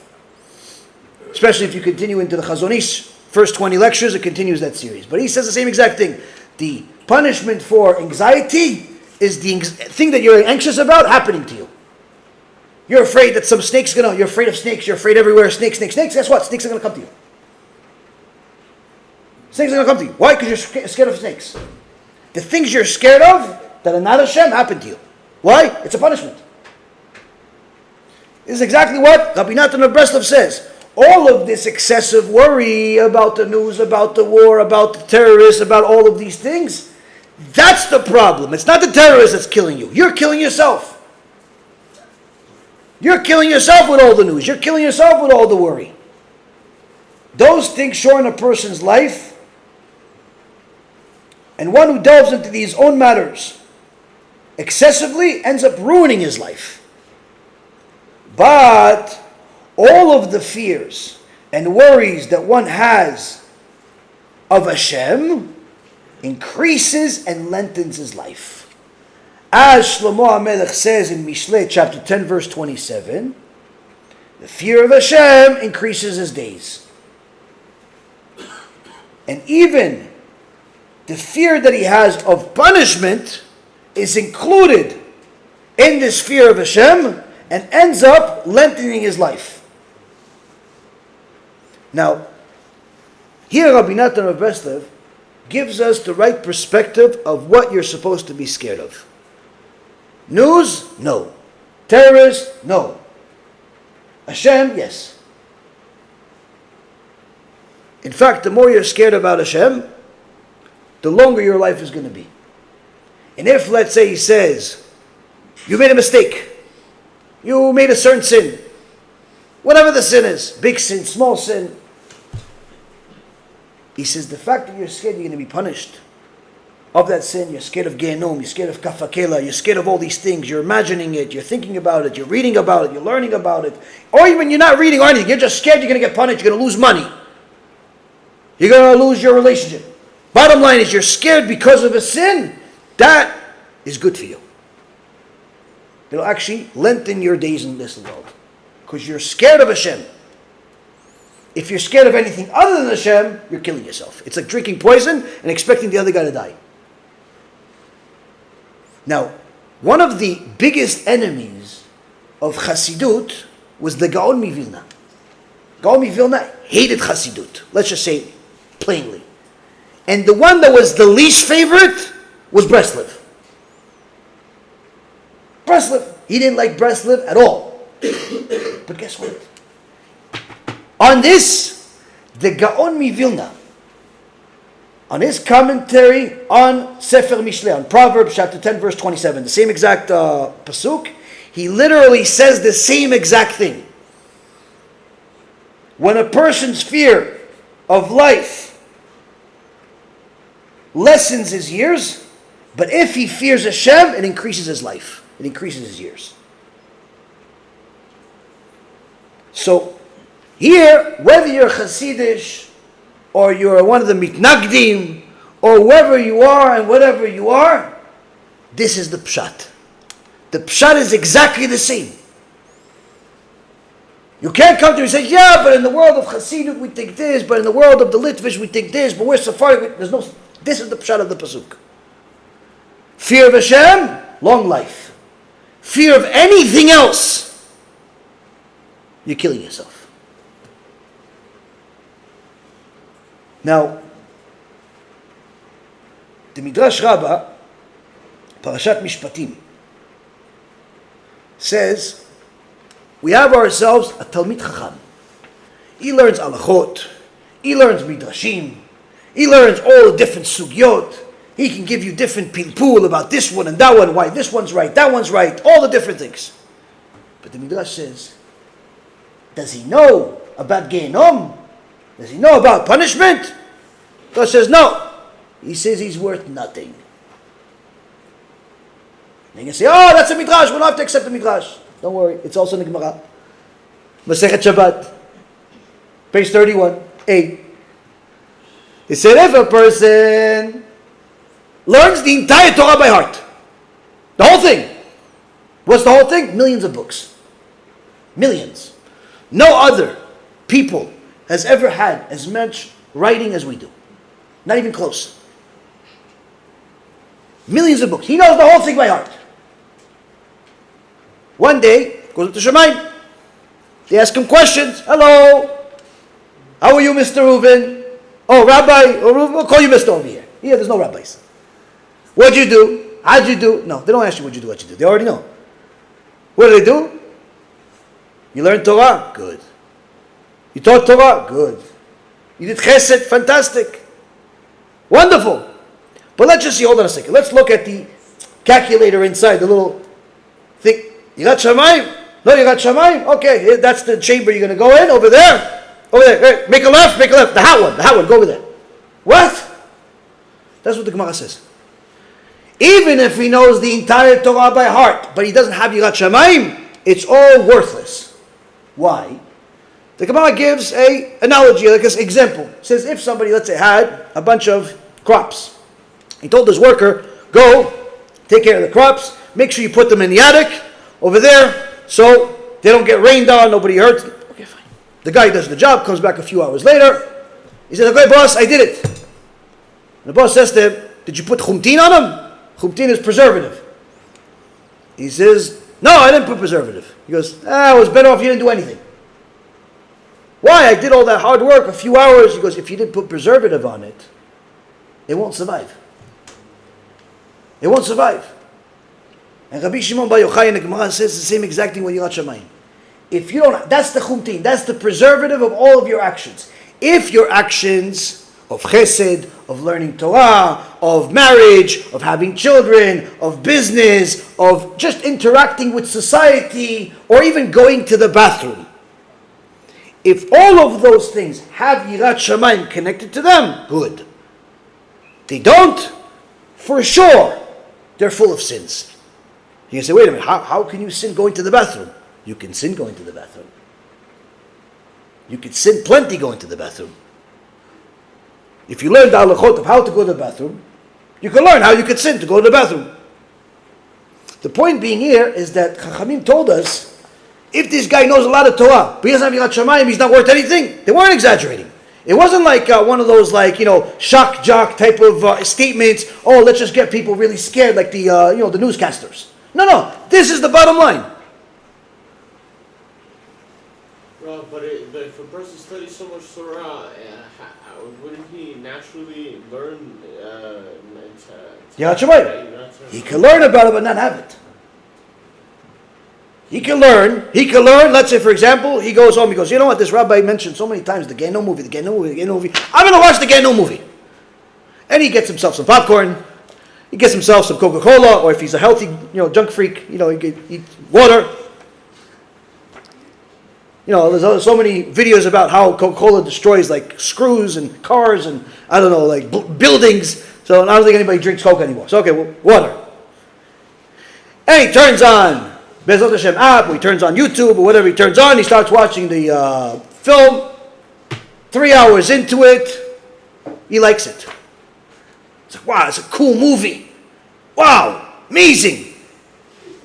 I like it. It's like he went to the movies. People spend billions of dollars every single year going to watch scary movies. So he thinks it's like one of those. They pay $20, $30 to watch a scary movie. Some guy with a mask on, killing a bunch of people unnecessarily for no reason whatsoever, and always walks really, really slow, but somehow he's always there when you don't want him to be there. So he thinks this is the same thing, this scary movie, this Gehinnom movie. He's like one of those. Guess what? He watched it, he learned it, he saw it, he didn't apply it. Kofer, but that's the bottom line. Many people have learned basic things, but don't apply it. In fact, every single person on planet Earth that learned Parashat Noach has learned about judgment. We start the Torah, Hashem creates the world. A few minutes later, we already screw up. The snake convinced us to do a bunch of things, fine. The next parasha, meaning you're 6 years old, this is your second week in school. You learn Parashat Noach. Second week of school, 6 years old. Oh, in the beginning there was God. Then he destroyed everybody. What do you mean he destroyed everybody? Oh, he destroyed them. And the older you are, the more details they give you. In fact, some of the best books that give you details are kids' books. Because they're not worried about being politically correct. The adult books are usually problematic. Why? Because people start putting their own opinions of what actually happened. No, they tell you what the Midrashim say. Giants melted, became liquid, horrible things happened to them, all these different things. Now, that means that every little kid that learned about Parashat Noach learns what judgment is, what punishment is. Now, does that mean that kid's going to become a tzaddik? No. Well, he could learn it, he could understand it in his capacity, but if he goes home to a house that has video games, if he goes home to a house that Torah is not priority, if he goes home to a house where there's intermarriage, if he goes home to a house where, Torah is like just something you do when you get a chance, then guess what? He's not going to grow up having any fear that Hashem is going to destroy the world. Third week, Sodomi and Amanaretz. The point is that we can learn certain things, but it doesn't mean we're going to apply them. One of the things that people come to me for to help them the most with is about issues of immorality. Tikkun HaBrit movie and all of those topics. Now, every single one of those guys that reaches out to me, he's reaching out not because he's doing great. He's reaching out to me because he's struggling, but he knows this is the solution. You have a movie, I got some information, I'm scared to death, I want to fix it, can you help me out? And I'm happy to do it. And I give them some more lectures and some more things and some more guidance. And guess what? It's a struggle. But if they're really willing to do it, they eventually overcome it, they eventually become tzaddikim. And I've seen some of the best people on planet Earth start off as outright criminals. Outright criminals. Horrible. They go with married women. They do drugs. They do horrible, terrible things. They're just nasty, nasty people. But after they overcome this thing, all of a sudden, they're scared of their own shadow. Oh, Kvod Harav, so much respect. They make it like a Mashiach or something. Oh, you saved this. Oh, I just did this. I bought this for my parents. I did this for my sister. All these wonderful. They become these wonderful people. Amazing people. But they start off as criminals. So, those people, they saw it and they applied it. And then there are people, they see it and they don't want to apply it. So they say to me, Rabbi, did somebody give you any permission to put such videos online for the public to see? I mean, some big rabbinical authority review these lectures of yours and these movies and gave you a skama for all of these things? I said, what am I publicizing? I'm publicizing Torah. There's 116 Torah sources in the Tikkun Ablit movie, 172 in the Gehinnom movie. You don't want to watch the film, just write down the sources, go read 1.5 million books. I did you the job, whatever you want. No, but I'm just saying this, you're showing this to the public. I said, well, let me ask you a question. Did you call, United Studios and on Hollywood and ask them, did some rabbinical authority give you guys the permission to publicize these movies in the theaters that are near my community? You want to watch Bechavod, it's free. You don't want to watch, go, make friends with the wall. No, but they have to. They have to bother. They have to make comments. They have to cause it. You know why? Because they know that they're the criminal. And they don't want to change. They don't want to change. 5 minutes into the film, 5 minutes into the lecture, like, oh, he's talking about me. You told them about me. They start looking at their friends that are there. You told them about me. You told them about me. No, he doesn't even know you. They're the criminal. So now, Rabotai, Chachamim tell us why. Why is it that people are scared to talk about Yirat Shamayim? Because automatically HaKadosh Baruch Hu programmed us that we feel like we're there. We feel like we're there. Now if a person doesn't want to feel like he's there, wants to stay a criminal, he doesn't want to talk about it. He doesn't want to talk about it. And if he's a bigger criminal, he'll even stop other people from talking about it. He'll even stop other people from talking about it. Now what does it feel like to have real Yirat Shamayim during a war? There was a certain Talmid Chacham named Rabbi David Blicher. Rabbi David Blicher. He was at the time of the Soviet communist rule, where at that time you weren't allowed to teach Torah, you weren't allowed to express any type of religiosity. Communism is anti-Torah. Communism is the enemy of Torah. This is, by the way, why Orthodox Jewish people that are familiar with the history and familiar with the ultimate mission of Zionism, they're anti-Zionist. This does not mean that you go and protest with the Iranians and the Palestinians. That's obviously against the Torah to do such a thing. You can't be a friend to criminals. But to be pro-Zionist is against the Torah, with the purity of what Zionism actually means. Now there's a different, new definition of Zionism today. They call it religious Zionism, which has nothing to do, more or less, with the real Zionism. Real Zionism is destruction of the Torah. It's communism. So now, Rav Blicher was around at a time where communism was ruling. You weren't allowed to teach Torah. Needless to say, you weren't allowed to learn Torah. But what did he do? He used to teach Torah anyway. He had a little place underground, and he would teach little kids. Little kids. Some people say, whoa, big rabbi teaching little kids. Shmaya Naftalion. Shmaya Naftalion, they were the Zugot. They were even before the Tanaim. Why are they called Shmaya Naftalion? Aftalion means that he was the father of orphans. All the kids were his kids. He would teach all of them. Av means father. Talion is a word for orphans. He's the father of all the orphans. Shmaya Naftalion were the rabbis of all the kids. All of Gdolei Ador used to teach kids. And it was considered a big honor to teach kids.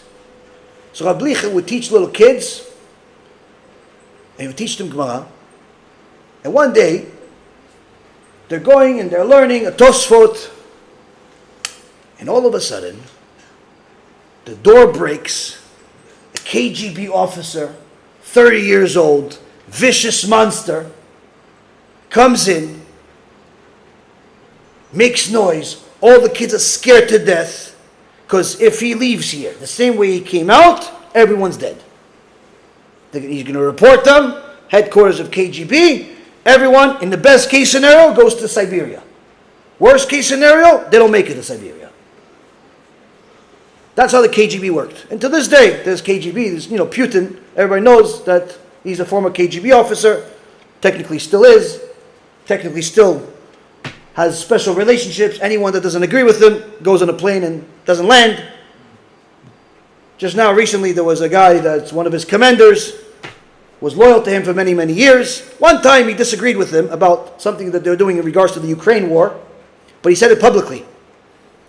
So, Putin said to him, okay, you get punished, exile. Get out of the army, exile, leave. He got on the plane, leaving, plane blew up though. He didn't get to the exile. Didn't get to the exile. He got to the plane, but not the exile. And that's all of his friends. Now, here this KGB officer breaks into a little Talmud Torah. Kids are scared to death. And the Rav continues to teach. Rabbi Licher still teaching. As he's teaching, he's noticing the kids are not paying attention. He looks up and he sees this officer right in front of him. He realizes this is the reason why the kids are not paying attention. He gets up, he's 70 years old. He gets up and he slaps him across the face with all of his strength, to the point that the officer falls on the floor. He gets up. Now everyone's scared even more. You're going to kill us now. The KGB gets up, covers his face, and walks out. Now everyone is even more worried now. If we're going to get arrested, now we're for sure going to die. But days pass, nothing happens. They continue to learn, no one shows up, everything is good. The brisker Rav heard about this, and he came to the Rav Licher. He says to him, I don't understand. How did you do it? Like, how did you think that it's a good idea? Don't you think you're putting all of these kids at risk, yourself at risk? And Rav Licher says to him, what risk? What are you talking about? We're learning a Tosfot, and this guy comes and bothers to us. Don't you think he deserves a slap?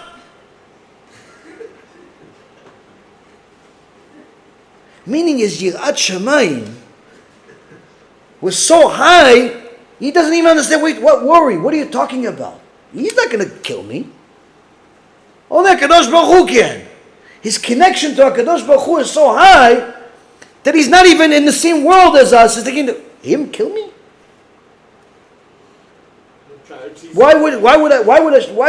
How could he kill me? Hashem decides if I live or I don't live. Later on, they found out, how come the guy never came back, Mehmet? Like, okay, we understand, you're Shamayim, you're Tzaddik, you're holy, pray. But really, what happened? Behind the scenes, what happened? They found out that the KGB officer was so embarrassed that a 70-year-old man broke his teeth with a slap that he was too embarrassed to tell his officers. So that's why he never came back. If you told him, listen, I saw these people learning Torah, you have to arrest them. Wait, what happened to your teeth? Who did that to your teeth? Who's going to say, 70-year-old man did to you? They'd probably kill him too. So he didn't tell anybody. He didn't tell anybody. Another example is this same Rav Licher. In his Sefer, he writes, it's a question, here's a response, it's a question, and he says, people asked, how far should our army go? How far should our army go into enemy territory during a war? It's a very relevant question right now. How far into the enemy territory should we go? Should we stop at a certain point, worry about civilians, worry about the news, worry about the allies that are not such allies sometimes maybe? Should we worry about all these things? He says, what kind of question is this? When you're at war, you do everything possible, and don't stop, and must go as far as possible in order to destroy the enemy. Meaning, the goal is that you have to understand, if you're at war, that means you're at war for survival. You cannot have any time or any attention to matters of what people think about you, or how they review you, or how they're going to help you, or hurt you, or they're going to do business with you.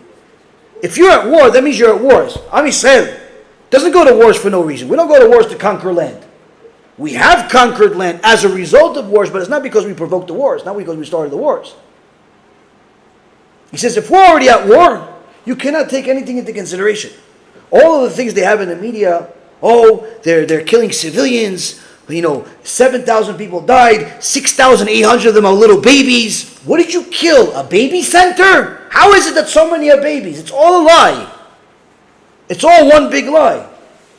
Oh, look, this guy is dead, he died. But yet the next day you see him, he's actually one of the hospital physicians. They have this whole program, this Hollywood industry in Palestine, that guys pretend that they're dead. They put them in body bags and they're checking their phones. They put makeup on them to make it look like it's blood. They put the kid under a bunch of rocks, make it seem like he died in the rocks. The next day you see him in a picture in some commercial selling some toy. So you can't have any attention to these things. You're at war, that means you're at war for survival. There is no question of how far into the enemy territory you go. You go as far as possible until you destroy the enemy. He told me before that yesterday. You go as far as possible until you destroy the enemy. Which means, if Am Yisrael would fight this war the way the Torah says, that means that Gaza will turn into exactly what I've been saying since the beginning of the war, which is a nice stadium, which eventually will have some synagogues there. That's what it will turn into. If Am Yisrael fights the wars of the media, that means it's going to stop and they're going to continue suffering from this. Even worse than before. Why?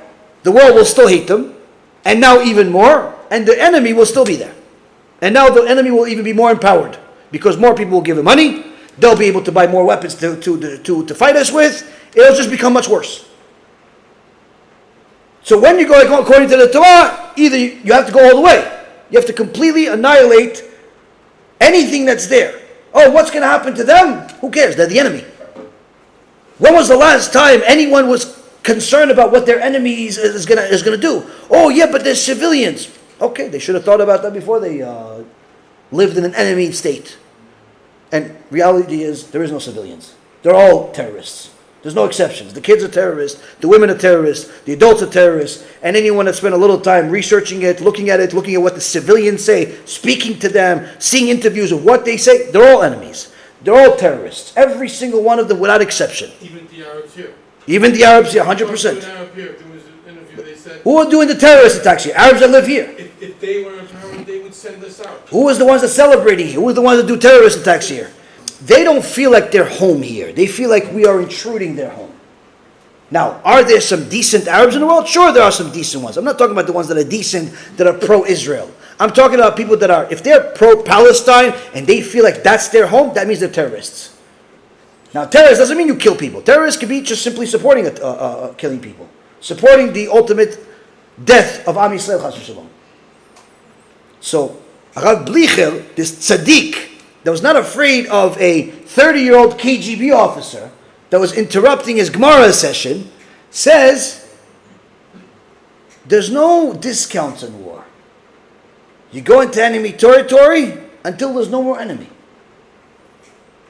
Until there's no enemy. Anyone that needs ideas of where the Palestinians can go, I already said there's a good idea. There's a nice resort in Egypt the Jews built. It's called the pyramids. You can go over there. Go, the Jews, you like Jewish land? Okay, go to the pyramids. We built that over there also. Go over there. Go to the pyramids. Go to the mountains. Go to Gehinnom. There's an opening in the desert over there also. Go to wherever you go. You're the enemy. You're the enemy. You cannot be concerned about the enemy's well-being if you're fighting them. It's like two people, are boxing. Each person gets $20 million. Whoever wins gets $20 million. And he punches them. He goes, "Are you okay? You okay? Okay, fine. Wait, are you okay? You okay? I hurt you? Oh, man, okay. Like you hit me once. You hit me back. What kind of fighter is this? It's either you're at war or you're not at war. Proportional fight. But that's the thing.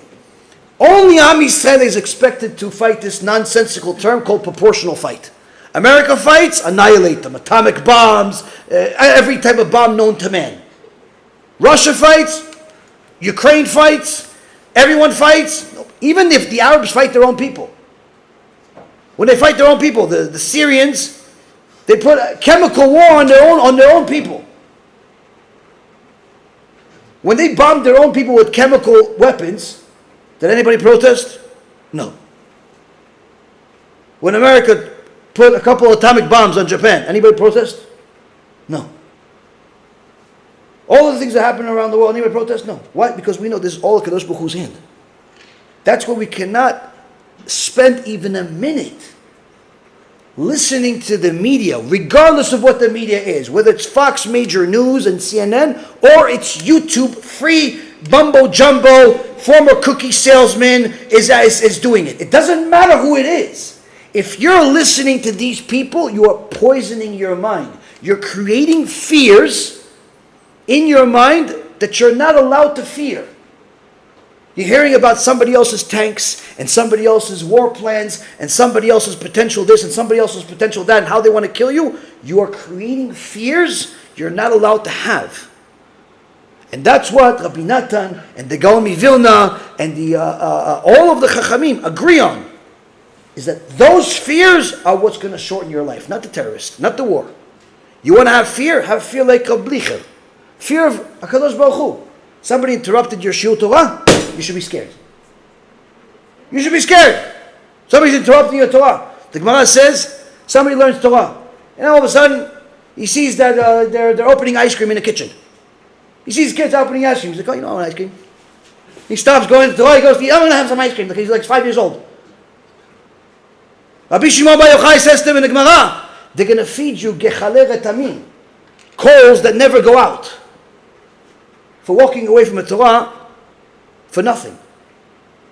What makes Amalek different from the other Canaanite nation? Amalek is not a Canaanite nation. Amalek is from Edom. Amalek is from Edom. It's a completely different nation. It's the arch enemy of the Torah. They're the nation that are against specifically the Torah. They went to war with us because they don't fear God. It's a completely different entity. But to finalize this point, and then you guys can ask any questions you want,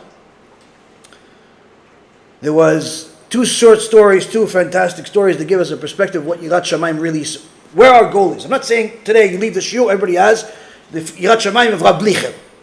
But at the very least, let's stop being scared of everything else and focus all of our energy into a fear of Hashem. Stop being scared of the health, of the financial situation, of the economy, of the stock market, of who's the next president, of who's the next best weapon salesman. Stop being scared of that stuff. Be scared of Hashem. If you're already going to be scared of Hashem. And a couple of examples are in Williamsburg, years ago, there was a Talmid Chacham named Rabbi Reuven Kozovsky. He was a Yiras Shamayim Jew, and he was a moche on anyone that was mechalel Shabbat. And there was one Rasha that not only was a mechalel Shabbat, but he opened his business on Shabbat. Now, Williamsburg today is a very religious community. Back then, they were trying to build it still. So Rav Kozovsky went with a few other people to this guy's store on Shabbat. Say, "Come on, it's open on Shabbat. Jewish community. What are you doing?" Don't care. So Rav Kozovsky went inside. And this Rasha grabbed Rav Kozovsky by the collar, picked him up, and threw him out of the store from his collar, and, laughed at his face in front of everybody. Within a matter of days, the wife of this Rasha came to the Bet Midrash crying hysterical. Why? Her son died in the U.S.-Korean War. U.S. was in a war at that time against Korea. Her son died, and her daughter went blind for no reason. My daughter went blind for no reason. Meaning that when somebody that has Yirat Shamayim tells you be afraid of Hashem, you should listen. But definitely don't just say, no, forget it. Last but not least, Rabbi Yisrael Misalant was once asked a question that many Chachamim had a difficulty with. It was a question about a certain Rambam. And within moments, Rabbi Yisrael Misalant answered. He was an extraordinary genius. Not just a Musar genius, he was an extraordinary Torah genius. No less than a Musar. And within seconds, he was able to answer this huge sugya. And everyone was amazed how quickly and how right, exactly what he said. And as soon as he saw their faces, he fell down, he passed out. Passed out. They woke up the Rav. He said, for the Rav, what happened? You answered the question. It was this is exactly what we've been waiting for years. Why is the Rav upset? He says, no, you don't understand. The moment I gave the answer and I knew it was right, I knew that HaKadosh Baruch Hu gave me special powers, special talents, special ability. And just like he gave me this extraordinary ability that many other great Chachamim did, he didn't give it to them. Obviously, I answered it, they didn't answer it. I had to weigh myself against them, and I see, if I have this ability, that means that my responsibility is also that much bigger than theirs. And when I realize my responsibility to HaKadosh Baruch Hu, how much in debt I am to Him, I got so scared, I passed out.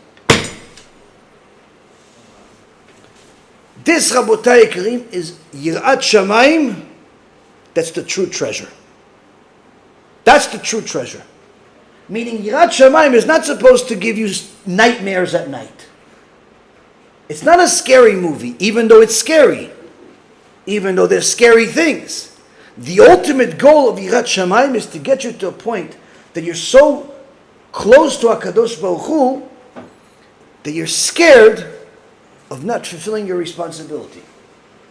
And that all starts with the basic foundation of fear of loss. Fear of some type of punishment that you could see, that you could feel. And then you build from there. And BeEzrat HaShem, HaKadosh Baruch Hu will give us the ability to have real Yirat Shamayim, so we then understand what our purpose in the world is. And also at that point, once we get to that point, we'll also be able to understand why Avraham Avinu only cried a little bit about Sarai Menu, because she's going to Gan Eden anyway. Did she pass away on Pesach? She passed away on Pesach. I know that I don't know if it's on Pesach, but I have to check. I thought that's what the small yud meant, that she passed away on Pesach so that Avraham Avinu only mourned because of Chol HaMoed for that one day. Oh, interesting. No, I never heard of it. Possible, very possible. But no, Mefarshim Rashi says over there. Rashi says out there that the small chaf is because he cried only a little bit over her.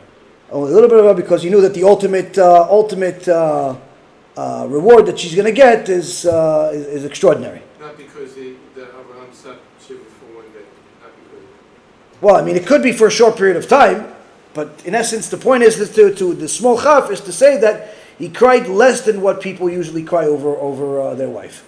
As far as different reasons for it, I have to look. There's several different midrashim that debate ultimate reason, but it could be. Speak it out because I'm not 100% sure. No, it's possible. Listen, there's a lot of mefarshim to talk about this particular point, like any other point. But there's a few times in the Torah where the Torah specifically writes the letters differently, whether it's a small aleph or small chaf, or there's a section in the Torah where there's two nuns opposing each other, they're facing different places, that's like the middle of the Torah. It's different places in the Torah where you have to learn from the writing itself, from the letters, the shape of the letters themselves. That's why the Gemara says that when HaKadosh Baruch Hu showed Moshe Rabbeinu the future, and he saw Rabbi Akiva, he saw that Rabbi Akiva was giving a shiur off of and teaching halachot from the crowns of the letters. You know, the little things that go off the letters. And which, again, you think about it, like, what laws can you possibly learn from the crowns of the letters? But that's the thing, and that's the genius of Rabbi Akiva and the Chachamim, is that you can learn from everything, including the shape of the letters. But this, again, is after you know a lot of the basics, you keep going up, and more, and you realize the Torah is an endless ocean. But along the way, you learn these different tidbits. You in the Gemara in Masechet Shabbat, it also tells us about why when we say the Aleph Bet, even the Aleph Bet, the way that the Aleph, the letters are shaped, is based on the meaning of the actual letter itself. You know, like for example, the Gimel looks like a person walking. Dalet is symbolizing Dalim, poor people. So the Gimel Dalet, meaning that the person that wants to do Chesed, is chasing after the person that's poor. You know, the guy that's Dal is poor. So the Dalet is like somebody facing away, and the Gimel is like somebody, walking. So the reason why the Gimel is right before the Dal is because if you really want to be a Gomel Chasadim, like a Gomel Chasadim, meaning somebody wants to do Chesed, you're going to run after people that need tzedakah, that need help.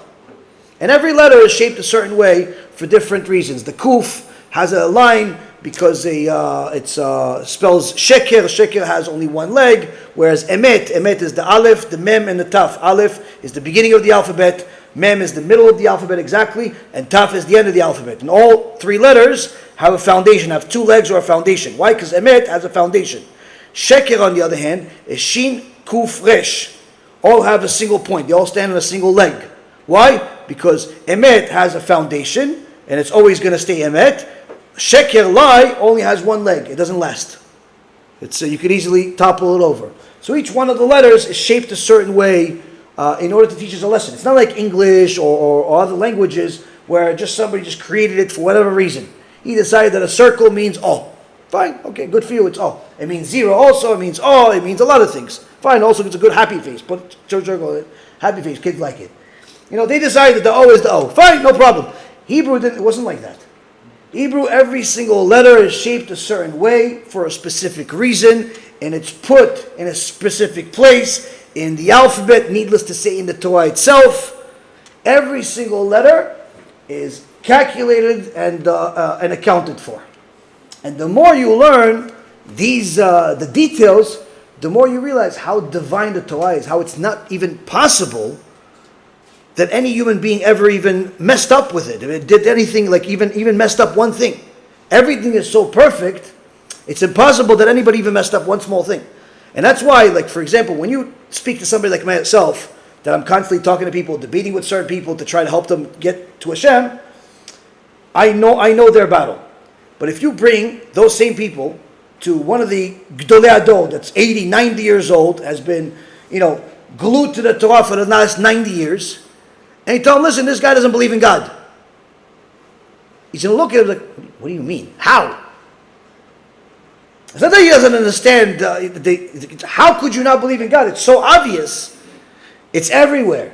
How could you possibly get yourself to that point? How sick are you that you think everything came from nothing? And that's the thing. So it's important for a person to know that every single thing is accounted for in the Torah. And Baruch Hashem for that. Yeah. Do you think this is like a Gog and Magog? Is this war Gog and Magog? I had a whole lecture about it 2 weeks ago. Is this the end or is this the beginning of the end? If it's the end, we don't know yet. Is it the beginning of the end? Certainly. Certainly it's the beginning of the end. Gog and Magog is not supposed to be just a one-day thing. Gog and Magog is it's like a episode of wars. It's multiple wars. It already started at World War I, meaning 100 years ago. World War II was the second part. The Third World War is going to be a series of war, but the climax of the ultimate war will be 8 minutes. That's what the Gaon Vilna says. But until you get to that final 8 minutes, there's a series of wars. So it looks like for sure that it's this is part of that. But is it the end? No, it's definitely not the end, because the end is going to be much, much uglier than what we have. What we saw is not even kindergarten next to what the end is going to be. It could get ugly. There's potential to get much worse. No, it will get uglier. It's just a matter of when. The nevuah, the prophecy is at the end is that it's going to be as ugly as we ever saw. I mean, 2/3 of the world die. If you look at what happened when a couple thousand people died. Look how much agony we're all in, and how many people are praying, and how many things. I mean, imagine, even if it's 2/3 of the world that you don't even know. Even if it's not Jewish people. Imagine a disaster where 2/3 of the world die. No one's going to ever live the same way. 4 4 billion people, 4 billion. More, yeah. More, right. So the thing is that the last part of the war is going to be much worse than we could ever imagine. But the good news is that the last exile is not going to be like the first exile. Meaning, the way HaKadosh Baruch Hu took us out of Egypt with miracles and wonders, there's going to be some similar things to that coming soon. But the difference is that while some people died in Egypt, some of the Bnei Yisrael died in Egypt because they didn't want to do Teshuvah. Many of them died actually, 80% of them died. That's not going to be the case at the end, meaning that anyone that is Shomer Torah and Mitzvot, anyone that's really glued to Hashem, doesn't have to worry about anything. That seems to be the message right now. A lot of the people that were killed in the south, a lot of them, many of them, were in yeshivas that will not show themselves. Right. No, most of them weren't. But when the bigger things happen, it's going to be even more massive numbers. As far as the ultimate big war is going to be where first it's going to be a war between Edom and Ishmael. Meaning America, England versus all of the Arab countries, anyone that's part of Ishmael. They're going to beat up each other for a little while, but then they're going to stop, and then they're all going to ambush Am Yisrael. They're all going to ambush Israel. And that's around that time, that's when Mashiach is going to come and destroy all of them.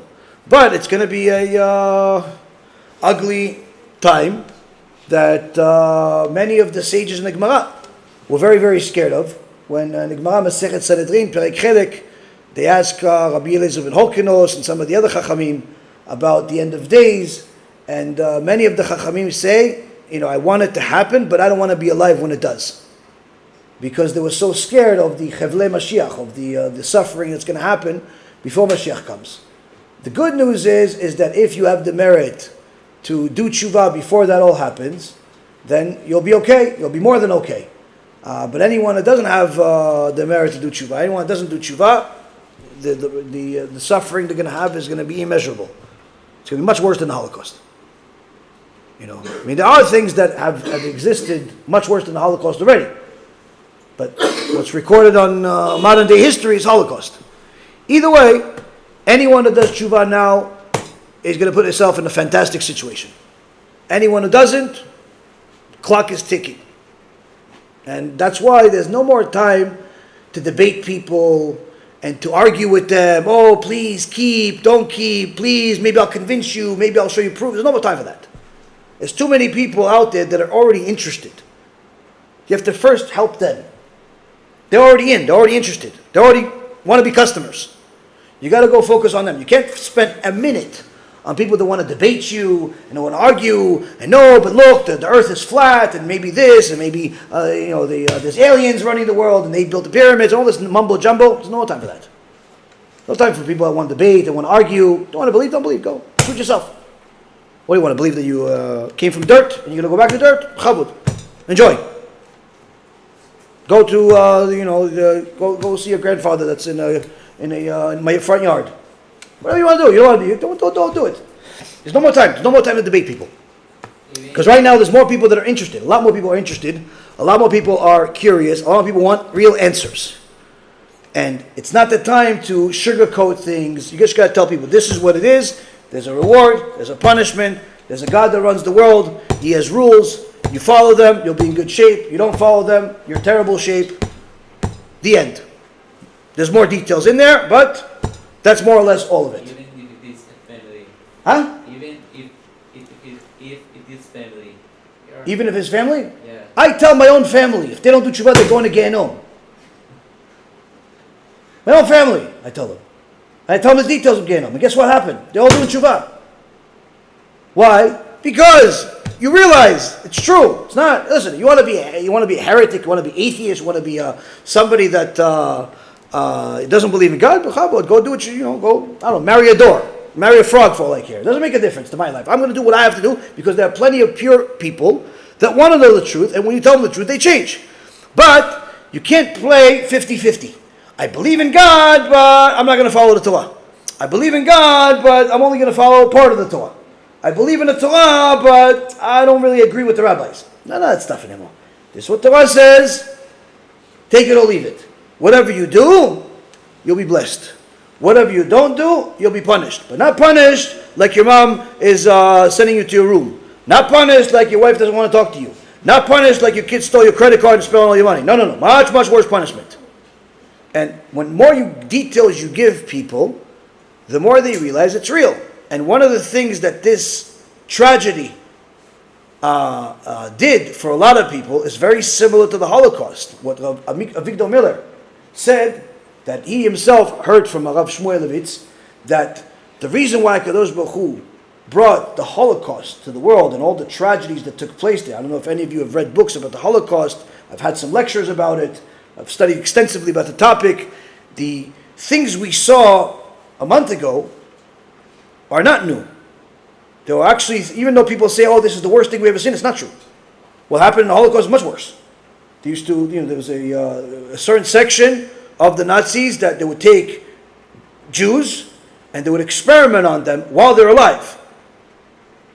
Cut their legs, cut their different body parts. I have pictures of this. I have books. There's books of this with all of these pictures and all this documents and medical records and so on. One of the most famous books was written by one of the court reporters, American court reporter. Wasn't a Jew.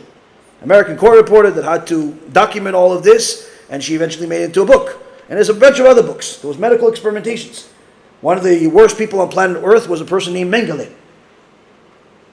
And he did medical experiments, much, much worse than what these animals did over here. Because he did it while they were alive. Now, yeah, sure, they did horrible things here too, but the point is that this is nothing new. This is nothing new. So, when a person says, listen, I believe in God, I believe in the Torah, I believe in a lot of good things, but I don't agree with the rabbis. So you have to let them know, fine, you can do what you want, but you need to know there's going to be a price. What's the price? You see what happened over here a month ago? Chopped heads, chopped limbs, chopped this, chopped that, all the horrible things. Remember the Holocaust? That stuff? All that stuff, right? Horrible, right? Terrible. What, it's going to be like that? No. Oh, okay, no. I didn't finish. It's much worse. Much worse than that. And not for 1 minute. You see, that kid they killed, he didn't suffer much. They killed him, he died. He's in Gan Eden, Bitachon. Probably a tzaddik, came back to this world, do a tikkun for a few months, now he's in Gan Eden. Could also be a rasha that had to do a tikkun, he had to die, he killed some murderer. We don't know Cheshbon Shamayim. Point being is, if they killed somebody, and he suffered for a short period of time, and that's it. The only people that are suffering now are the people that are left behind. His parents, his family members, and so on. He himself, his body is not suffering anymore. But you see, a person that goes against Hashem, a person that goes against Hashem's messengers, his suffering doesn't end like that. It's much, much longer. There's no limitations in the next world, like we have limitations in this world. And this type of talk is scary, but it works. Much more than, listen, if you do this, you're going to be in Gan Eden with, remember we talked about Gan Eden, that whole shiur we did about Gan Eden with Sarai Menu, that big shiur we did for 2.5 minutes, about Gan Eden with Sarai Menu, you're going to be like that. No one's going to do teshuvah for that. Oh, if you go to Gan Eden, you're going to see how a pig really looks like. He has wings, flies, maybe even talks a little bit. You're not going to keep Shabbat because of that. The lion is even more beautiful. He also has wings. Everybody has wings. I want wings also, but I have to wait till they're there. Point is, no one's going to do teshuvah if you tell them about Gan Eden. We tell them, listen, Holocaust, massacre, horrible things. People do teshuvah. Why? No one wants the punishment. That's what works. That's also what works in the law of the land. How do they get people to not drive like animals? They put violation. You drive over a certain speed limit, you get fined, you lose your license, you go to jail, The Mishnah in Masechet Avot says, we pray for the governments, even of the nations, because if it wasn't for them, people would eat each other. That's why I hate it when Jewish people go into different places, like America or England or all these different places, and they have all of these protests against the government. Listen, if you're like me and you have a shiur and you don't agree with somebody, you think he's a joker, you think he's a moron, no problem. But to go have a whole different campaign against the president of the United States or against the, prime minister of some country, are you retarded? Do you realize that it's literally a miracle you're still alive in a foreign country? The fact that you're even being allowed to live there is a miracle. All throughout the ages, they killed us in the streets. And you're complaining? No, we are equal citizens. You're never going to be equal citizens. There's no such thing as equal citizen. You could be the biggest billionaire in the world. If you're a Jew, you're never an equal citizen. There's no such thing as equal citizen. You're a citizen of HaKadosh Baruch Hu's world. He decides whether you live or die. Not your money, not your connections, not your job, not anything else. You go bring your attention to yourself, say, no, we're going to have a whole campaign against the president. And what? Crazy. And this is what happened with the whole thing with the president, with the Trump. So many Jews went against him. And so many Jews were happy that he didn't win when he went against the guy. And now the guy is very likely to win. Now Trump is very likely to win. And he's already telling people now that he's not a fan of Israel. As soon as the terrorist attack happened, he was praising Hamas, saying, listen, they did a good job, they beat them. Instead of saying, oh, horrible, terrible, no. He's like, I'm very disappointed in Israel and Netanyahu. Like, he made the whole thing of how they didn't support him when he was with the whole fight against Biden with the election fraud that they did, or didn't do, whatever they did. They didn't support him, and how Netanyahu wasn't supportive of him. So now he's like an enemy of Israel. He's forgetting about that his daughter is a Jew, and his grandson is a Jew, and his son-in-law is a Jew. He's forgetting about that. Why? Because a bunch of Jews decided they're going to make a big campaign against him. So now he became an enemy of the Jews. Whether that's going to change or not, only HaKadosh Baruch Hu decides. Did he actually come in and say what he said Yeah, they make it up. about Hamas? Yeah, he said they beat us. They did in essence, as far as militarily, they did a good job. He said that. Yeah. Listen, technically they did. It's not. I could say it too. Anybody could say it. Militarily, if you are the enemy, they did a good job. What do you mean? They did a good job. Are they terrorists? Are they animals? Are they monsters? Absolutely. Do I pray for them to die a strange death every single day? But militarily, they won that day. They lost a big war, and of course, their whole piece of land that they consider theirs is turning into a place of debris. But as far as that particular plan, HaKadosh Baruch Hu allowed it to work. But the way he said it doesn't. He said no. He said it like he had to put a twist on it. No. He said it in a way where, in essence, he is very disappointed in Israel, and he's not feeling so sorry for them. In so many words, he's not feeling so sorry for them. Why? Because they didn't support him when he was fighting against Biden. There's a clip on it somewhere online, but the whole point is that why did this all happen? Because instead of worrying about the president of the world, the king of the world, and what he thinks, we're spending too much time putting our opinion about presidents of countries and who and what and when. There's no need for that. The key is to understand that HaKadosh Baruch Hu runs the world. We have to follow his Torah. If we follow his Torah, BeEzrat HaShem will protect us. We don't follow his Torah, then the future is bleak. What else? Anything else? Questions? More scary topics? No, go ahead. What if looking through the media, even subconsciously and consciously knowing that it's fake, but looking at it and sharing it in the light of it being fake and saying let's say the video of Trump speaking and then Biden speaking so highly about the Jewish people and you go back to 6 months and it was the exact opposite and explaining how that's the not vocal in the world. If you use the media to show other Jewish people and to shed the light on how fake it is that bad for you to watch? For that purpose, to show people that it's all fake and don't rely on anyone. If your goal is to get people to, rely on Hashem, yeah, there's a certain value there. The problem is the guy that's making it has to review a lot of stuff, or the girl that's making has to review a lot of stuff, meaning that he has to, number one, waste a lot of time, and number two, he has to. There's poison that comes with it. This is for example, someone that's right now we're developing, give you guys a little insight on a secret project we have.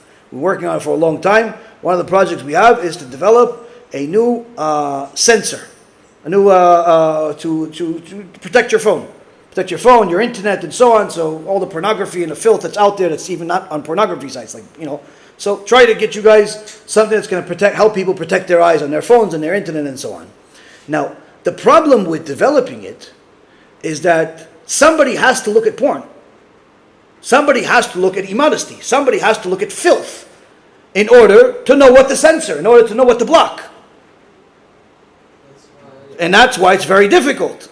And that's also why whoever's involved either has to be a non-Jew, that's like some guy that's no hide, or it has to be an extraordinarily spiritually healthy person that learns Torah every single day, knows exactly how much he needs to look at, meaning 1 second and look away, know exactly this is what it is. In so many words, a person that's at war for his own life and is doing it purely out of Mesilut Nefesh. And it's very difficult. It's very difficult to do. So, for something like that, there's a lot of value in it because it can help a lot of people.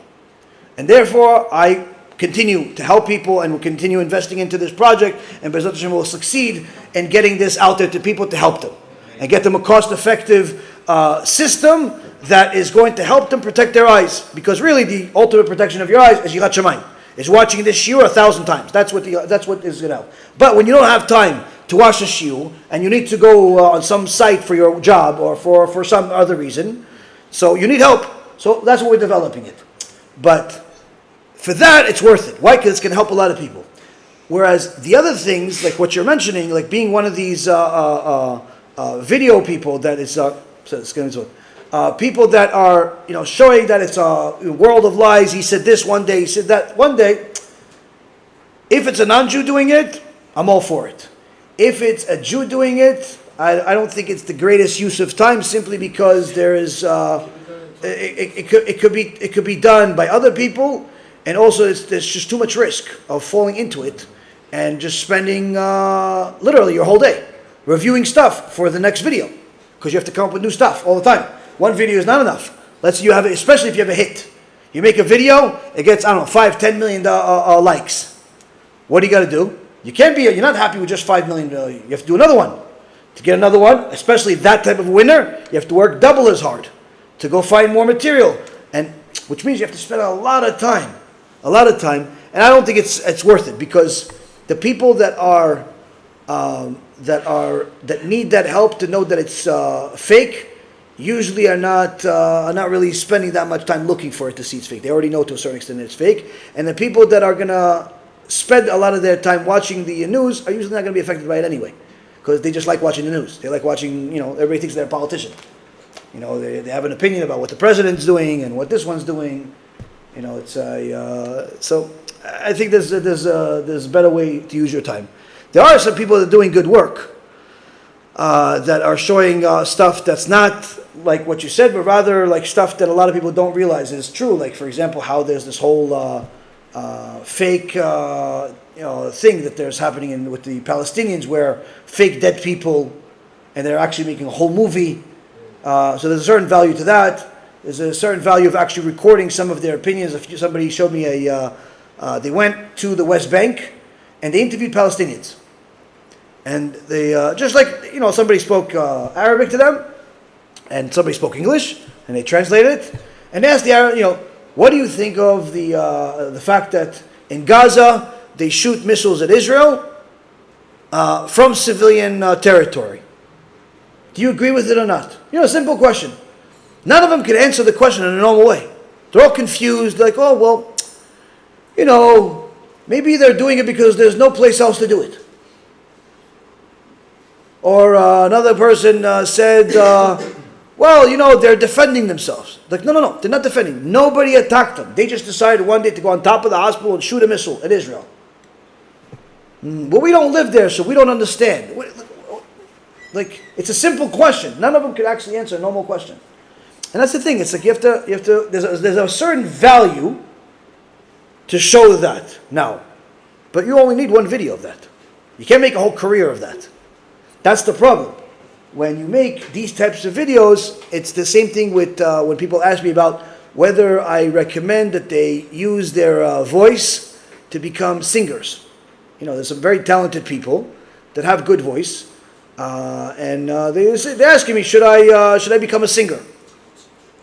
My answer is always no. And the reason why is because even though, to hear a child sing is wonderful. It's literally the voice of kids is much better than most adults. And it's beautiful to hear, especially when they, sing words of Torah, like Moti Steinemans and the Illiterate that was in our event, all these amazing kids. It's amazing.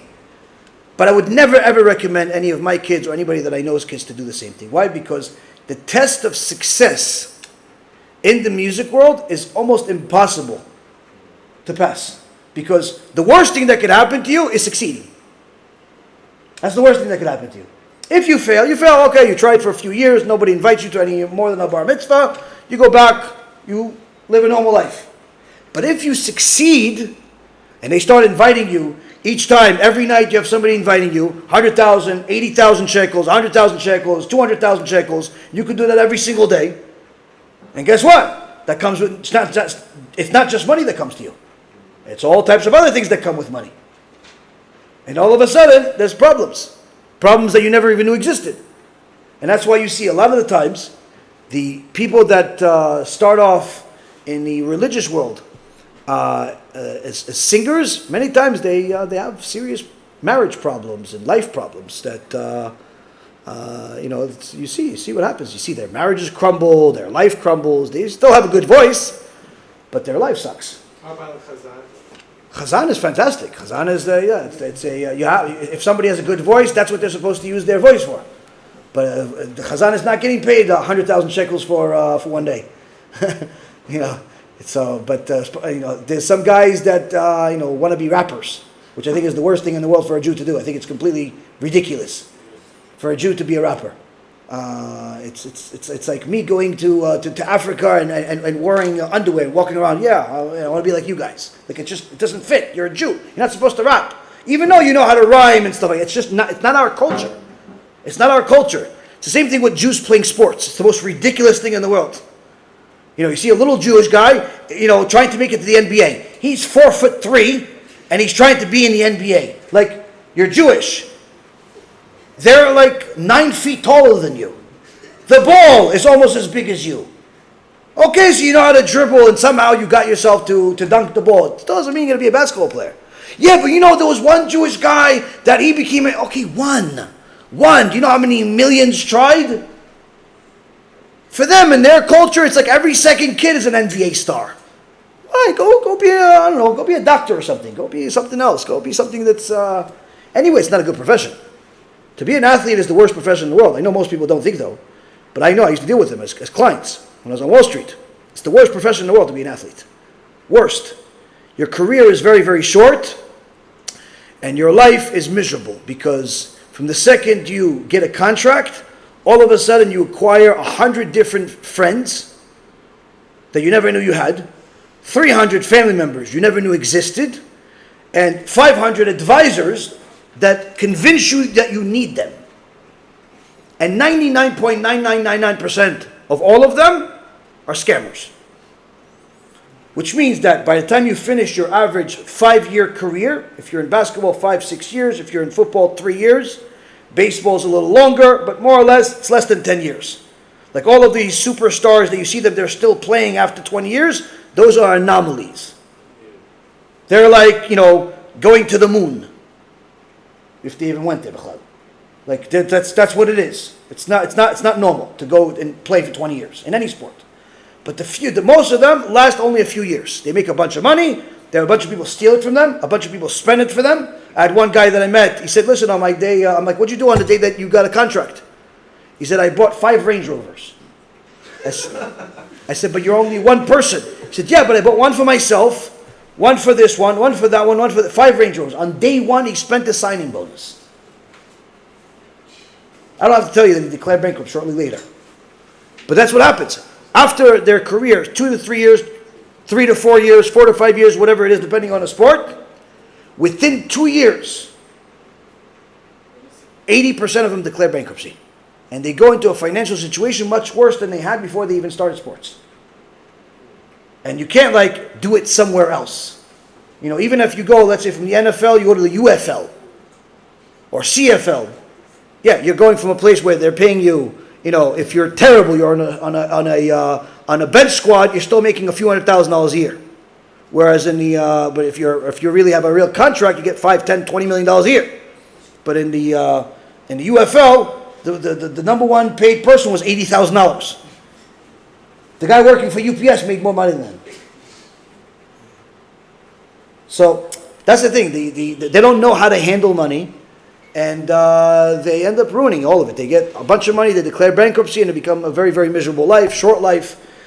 So that's why it looks glamorous. It's just like this world. It's a world of lies. It all looks glamorous. You're going to win a lot. You're going to make a lot. But in reality, it's all fake. It's all fake. And that's why it's a terrible thing to bring kids into that world of hoping to be an athlete, hoping to be some type of, Hollywood movie star or singer. It's a terrible, terrible path to go on, because 100% he will fail. Even if he succeeds, the failure will just be bigger. Or she, or whoever it is, because it ends. Everybody's career ends. And it's not like a doctor that retires or a business owner that retires eventually and he could just simply live a normal life. When they retire, they live the rest of their life in misery, because they're living the past. Oh, I used to run a 40 in a 4.2. Now I can barely walk up the stairs. Oh, I used to catch the ball, and I used to do this, and I used to do that, and now nobody even looks at him. They just see a really, really tall person. Which is also very connected to Roman Greek, right? Sure, the whole Roman mentality and Greek mentality is certainly good. There was actually a guy here in Israel that he's a religious guy, but for some reason the Satan convinced him that it's a good idea to bring football to Israel. And he contacted me and asked me if I want to support it. And I told him, why would I support Greece or Rome? I mean, I don't understand why you're bringing this to Israel. You want to play football? Go to America. Why bring it to Israel? And he's bringing it to this dafka to the religious community. And he's like, oh, I'm helping kids. What are you helping them with? Become Greek? How is it? I don't know. And again, I understand his intention is good, but the way is not. The way is not. And it's it's because most people think that, oh, don't worry, it's just fun for them. It's going to get them out of trouble, and it's not like they're going to the NFL. Okay, but that kid's mind is, what if I do? What if I do go to the NFL? What if I do go to the Major League Baseball? What if I do go to the NHL? What if I do make it to the UFC and become an ultimate fighter? What if I do? It is mine. He's not doing it because he thinks he's going to be a loser. He's going to play for a few years and stop. He's thinking there's a chance. There's a chance I may be the best. And guess what? If he fails, that's the best thing that can happen to him. But if he succeeds, it's the worst thing that can happen to him. Because then he's going to continue living that lie to the power of 1,000. With everything that comes with it. And it's Ezu Chacham Haroeh et Hanolad. The Mishnah in Avot says, who is wise? Someone that sees what's going to be born. Because I dealt with these people in my life. Because I played sport myself also. I wasn't anything fantastic, but I'm the Jewish guy, the small guy. And everybody was really, really big. But the point is that because I know a little bit about it, and I know that it's a horrible, horrible path. And that's why one of the things I hate the most is seeing young Jewish kids play basketball. I think it's the most absurd thing in the world. They could play for exercise, for so on, but when they take it really seriously, and argue over it, and they actually go play on teams, and they travel to place to place, I think it's the worst thing in the world you can do. It's a complete waste of time. Aside from wasting time, it's a waste of your dreams. It's a waste of your dreams. You don't have that much room in your mind for different dreams. If your dream is to be this NBA star, you're wasting your life. In the States, a lot of the kids do it Yeah. because it gets them into college. It's a different reason maybe from here. It gets them into college if they are, very, very tall, very, very athletic, and usually they come from a very, very poor neighborhood. If they're Jewish, they would get into that college regardless, because usually their parents can pay for it, or they're smart enough to get a scholarship otherwise. Right. So, I mean, but as far as the in the States, you don't have to necessarily, or just like very middle class, college is expensive. So college is not really a place for most for Jewish kids anymore. I'm not going to take that direct. Sure, no. For Goyim, it's a different story. They have a different path in life. But right now, colleges in America have become no less dangerous than the border of Gaza. That's what I'm hearing. I'm hearing the Yeah. same thing. No, the colleges. Why you? YU is another college that could easily distort your mind to a place that's not Torah. They are very modern to the point where they're willing to change the Torah for it. So it's don't get me wrong, there are some people there that are very, very smart. They're forced to take gay people now. That's because in the court hearing they had, the government declared YU as not a religious organization. And that's why they were forced to take on the homosexuals into their school and have a fraternity for them and have a section for them and so on. Because their argument was that we're a religious organization. And the government declared them not a religious organization.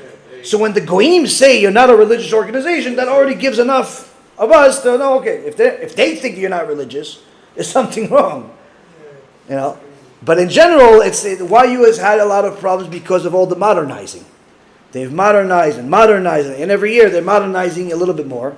The fact that they have the way they teach, boys, there's girls, there's even non-Jews there. You don't have to be Jewish to be there. You can be not Jewish. Yeah. No, there is. There's plenty of non-Jews that go to YU. Plenty of them. You know, it's like Chabad. Chabad has schools, and more than 60-70% of some of their schools are not Jewish. They brought famous like TikTokers to the girls to stir, and the girls that like are basically naked all day long, and they had like a forced class where like all the girls had to go like listen for like social media classes like these girls that.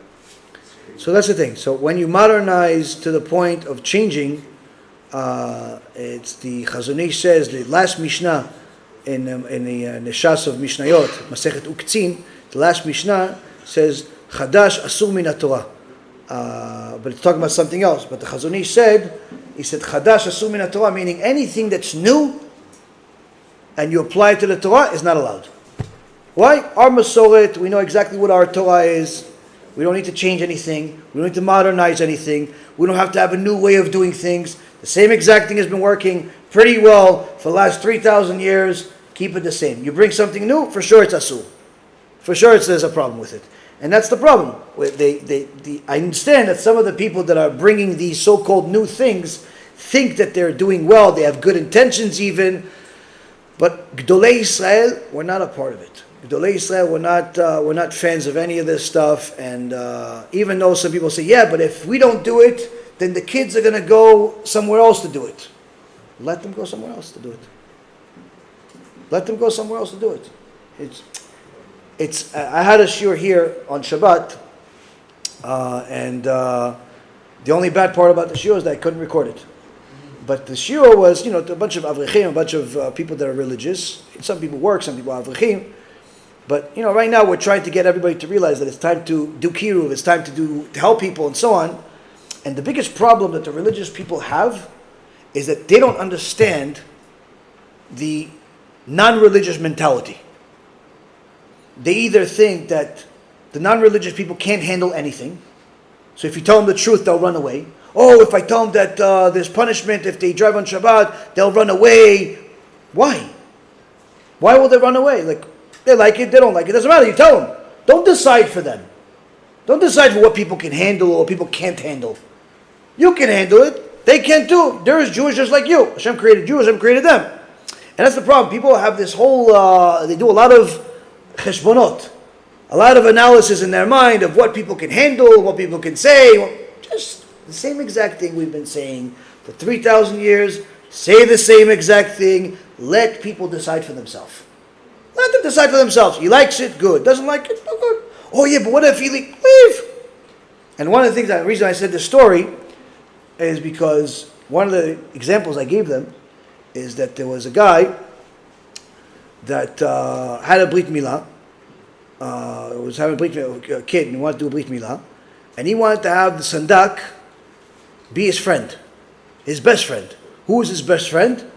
He was a priest, and he wanted the priest to be a sandak. So on the day of the brit milah, He comes, and the priest comes, and everybody comes. And the rabbi's like, whoa, what's going on here? He goes, that's my sandak. He goes, no. What are you talking about sandak? We're not going to have this guy's sandak. I'm not going to do brit milah. He goes, what? What are you talking about? If you don't do it, you're embarrassing my friend. I'm going to go to Christianity. So the rabbi got worried. Ooh, Jew going to Christianity, Avodah Zarah. What are they going to do? So I have to go to Gedol Adom. He goes, wait, hold on a second. Let me get my rabbi. Who's the rabbi? Rabbi Yisrael Misalant. He goes to Rabbi Yisrael Misalant. He happens to be close by. He goes to Rabbi Yisrael Misalant. He says, for the Rav, I have a situation here. I have to be a moel, do brit milah, but the guy wants the sandak to be a pope, to be a priest. Or else he's going to become Christian. Without skipping a beat. Rabbi Yisrael Misalant says to him, tell him I said, go you and your kids and your family and the Pope to the same church. Doesn't make a difference to us. We're never going to change our Torah for any of you. For any of you. Our Torah doesn't change. He told the guy was in shock, that's the response. And then he realized, wow, you're right. The rabbi will be a sandak. The rabbi will be a sandak. He realized, why? If you're willing to change the truth, then it's not really the truth. And what happened? The world, a secular person, sees the world, and the world around him is constantly trying to change itself in order to appeal to him. He wants to go buy a car. The car manufacturer is willing to change everything about the car just so he can buy it. We'll change the leather stir. We'll change the wheels. We'll put some rims on it. The car will feel like it's flying. We'll have an antenna over here. But if you don't like the antenna, we'll have it somewhere there. We'll have 1 seat, 2 seats. Whatever you want, we'll customize it for you. He goes to the store. He wants to buy some clothes. Sir, any clothes you want? No, but I want this in a different color. Depends how much money you have. We can make the same thing for you in any color you want. We can make it in skin of animals. We can put some rhinoceros, cut them up in front of you and make it into clothes if you want. Whatever you want. Just bottom line is pay us. The whole world is willing to customize itself for people. People are willing to change themselves. Oh, I'll wear this for you. I'll wear that for you. I'll get this job for you. I'll get that job for you. People are willing to change constantly. Why? Just to appeal to you. So that's why in the secular world, they don't believe anything. Why? Because they know it's all a lie. It's all subject to change. Everything is subject to change. This is the best car until something changes. This is the best girl until something changes. This is the best job until something changes. Everything can change. So if you, in the world of Torah, come to them and tell them, this is the best Torah, this is the best religion. Okay, so let me change it. If you say, you know what, yeah, we can change it for you. We can make Shabbat 20 hours instead of 25. We can make it, you know what, even 1 hour for you. Because Hashem is so happy that you kept Shabbat, He's even going to be happy with 1 hour. Like some people think, oh yeah, no, I kept Shabbat, one Shabbat a year. 1 Shabbat a year. 51 weeks a year, you're in Gehinnom. 1 Shabbat a year, there's no fire. What is this 1 Shabbat a year nonsense?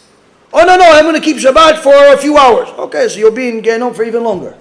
Look, it's nonsense. Why? The second you tell people that we're the best, but yet we're willing to change and customize the Torah for him, how are we the best? How are we the best? We're like everybody else. But the moment you tell people, listen, this is the Torah, it's not going to change, not for you, not for your kids, not for your wife, not for your bankroll, not for your anything. It's never going to change. You don't like it? Too bad. Oh, I'm going to go to Christianity. Go b'chavod. You know what? I'll take you there. I'll give you a ride. I'll give you a ride, Habibi. I'll give you a ride. Get there faster. Get there faster. No, come on, you're making them far away. What making them far away? I'm showing them that the Torah doesn't change. What far away? What far away? How is that far away? You changing the Torah is making them far away. Why? The second you tell them the Torah changes, it's not Torah anymore. It's everything else. And then he's going to start picking whatever he wants. You know what? I'm going to do this mitzvah, but on Tuesday. I'm going to keep Shabbat, but on Wednesday. Why? Because I have off of work. I'm going to give tzedakah, but I'm going to give it to the church. Like some very famous Jewish woman did. Very famous Jewish woman from Europe. after the church burned down, the same church that burned 12,000 books of Gemara a few hundred years ago, that church burned down, Baruch Hashem, a few years ago. One of the wealthiest Jewish women in the world decided to take $100 million and donate to the church. The Gehinnom she's going to get will never end. Not just from the donation, but from the Chilul Hashem. So, but her, she thinks she did a mitzvah. Oh, look, the Jews look good now in front of the Goyim. We look good because we gave tzedakah. That's a person that thinks you can pick and choose which mitzvah. I gave tzedakah. To who? The church? That's not tzedakah. Or it's like if you guys go to the zoo here. There's a beautiful zoo here. We came here last year and went to the zoo with the kids. There's the zoo based on Noach. It's beautiful, the biblical zoo. Beautiful zoo. Now, but on every single cage, you see a little sign, and it says somebody's name. It says, Leilui Nishmat, such and such for donating the gate for the elephant. To elevate the soul of this dead person, because he donated the gate for the elephant, or he donated the water for the penguins, or he donated the crackers for the, I don't know, whatever. Like, you think that's going to elevate their neshama? You think that's tzedakah? You know what kind of punishment they're getting because of your tzedakah? But that's the thing. If that person that gave that $400,000 for the gate would have known that the Torah doesn't change, guess what? There wouldn't have been a gate. Probably wouldn't have been an elephant either. But there would be a lot more Jews in the world that are keeping Torah and mitzvot. So that's why people need to understand. The Torah is most effective when you don't change it. When you tell people 100% of the truth of what happened to the generation of Noach, and what happened to Korach, and what has happened to anybody else that's the enemy of Am Yisrael. And that way people know how to evaluate things, but also they have one thing in the world that doesn't change. Everything else changes. The fashion changes, the cars change, the jobs change, the marriages change, the kids change, our bodies change, everything changes. But if the Torah doesn't change, that's what I want. Why? That's the one real thing that's in the world. Everything else is fake. BeEzrat HaShem, we're all going to succeed in getting closer to HaKadosh Baruch Hu with the one and only true Torah, and BeEzrat HaShem get other people to do the same thing, so we can get Am Yisrael to really benefit when the pasuk is recited in Shamayim. Uba leTzion goel leshaveh pesha b'Yaakov, and the Redeemer is coming to redeem, to save all of those people that used to be criminals but have now done Teshuvah. BeEzrat HaShem, this will be very, very soon. Kol tu b'cha b'atzlacha, and BeEzrat HaShem will probably have some more shiurim very soon.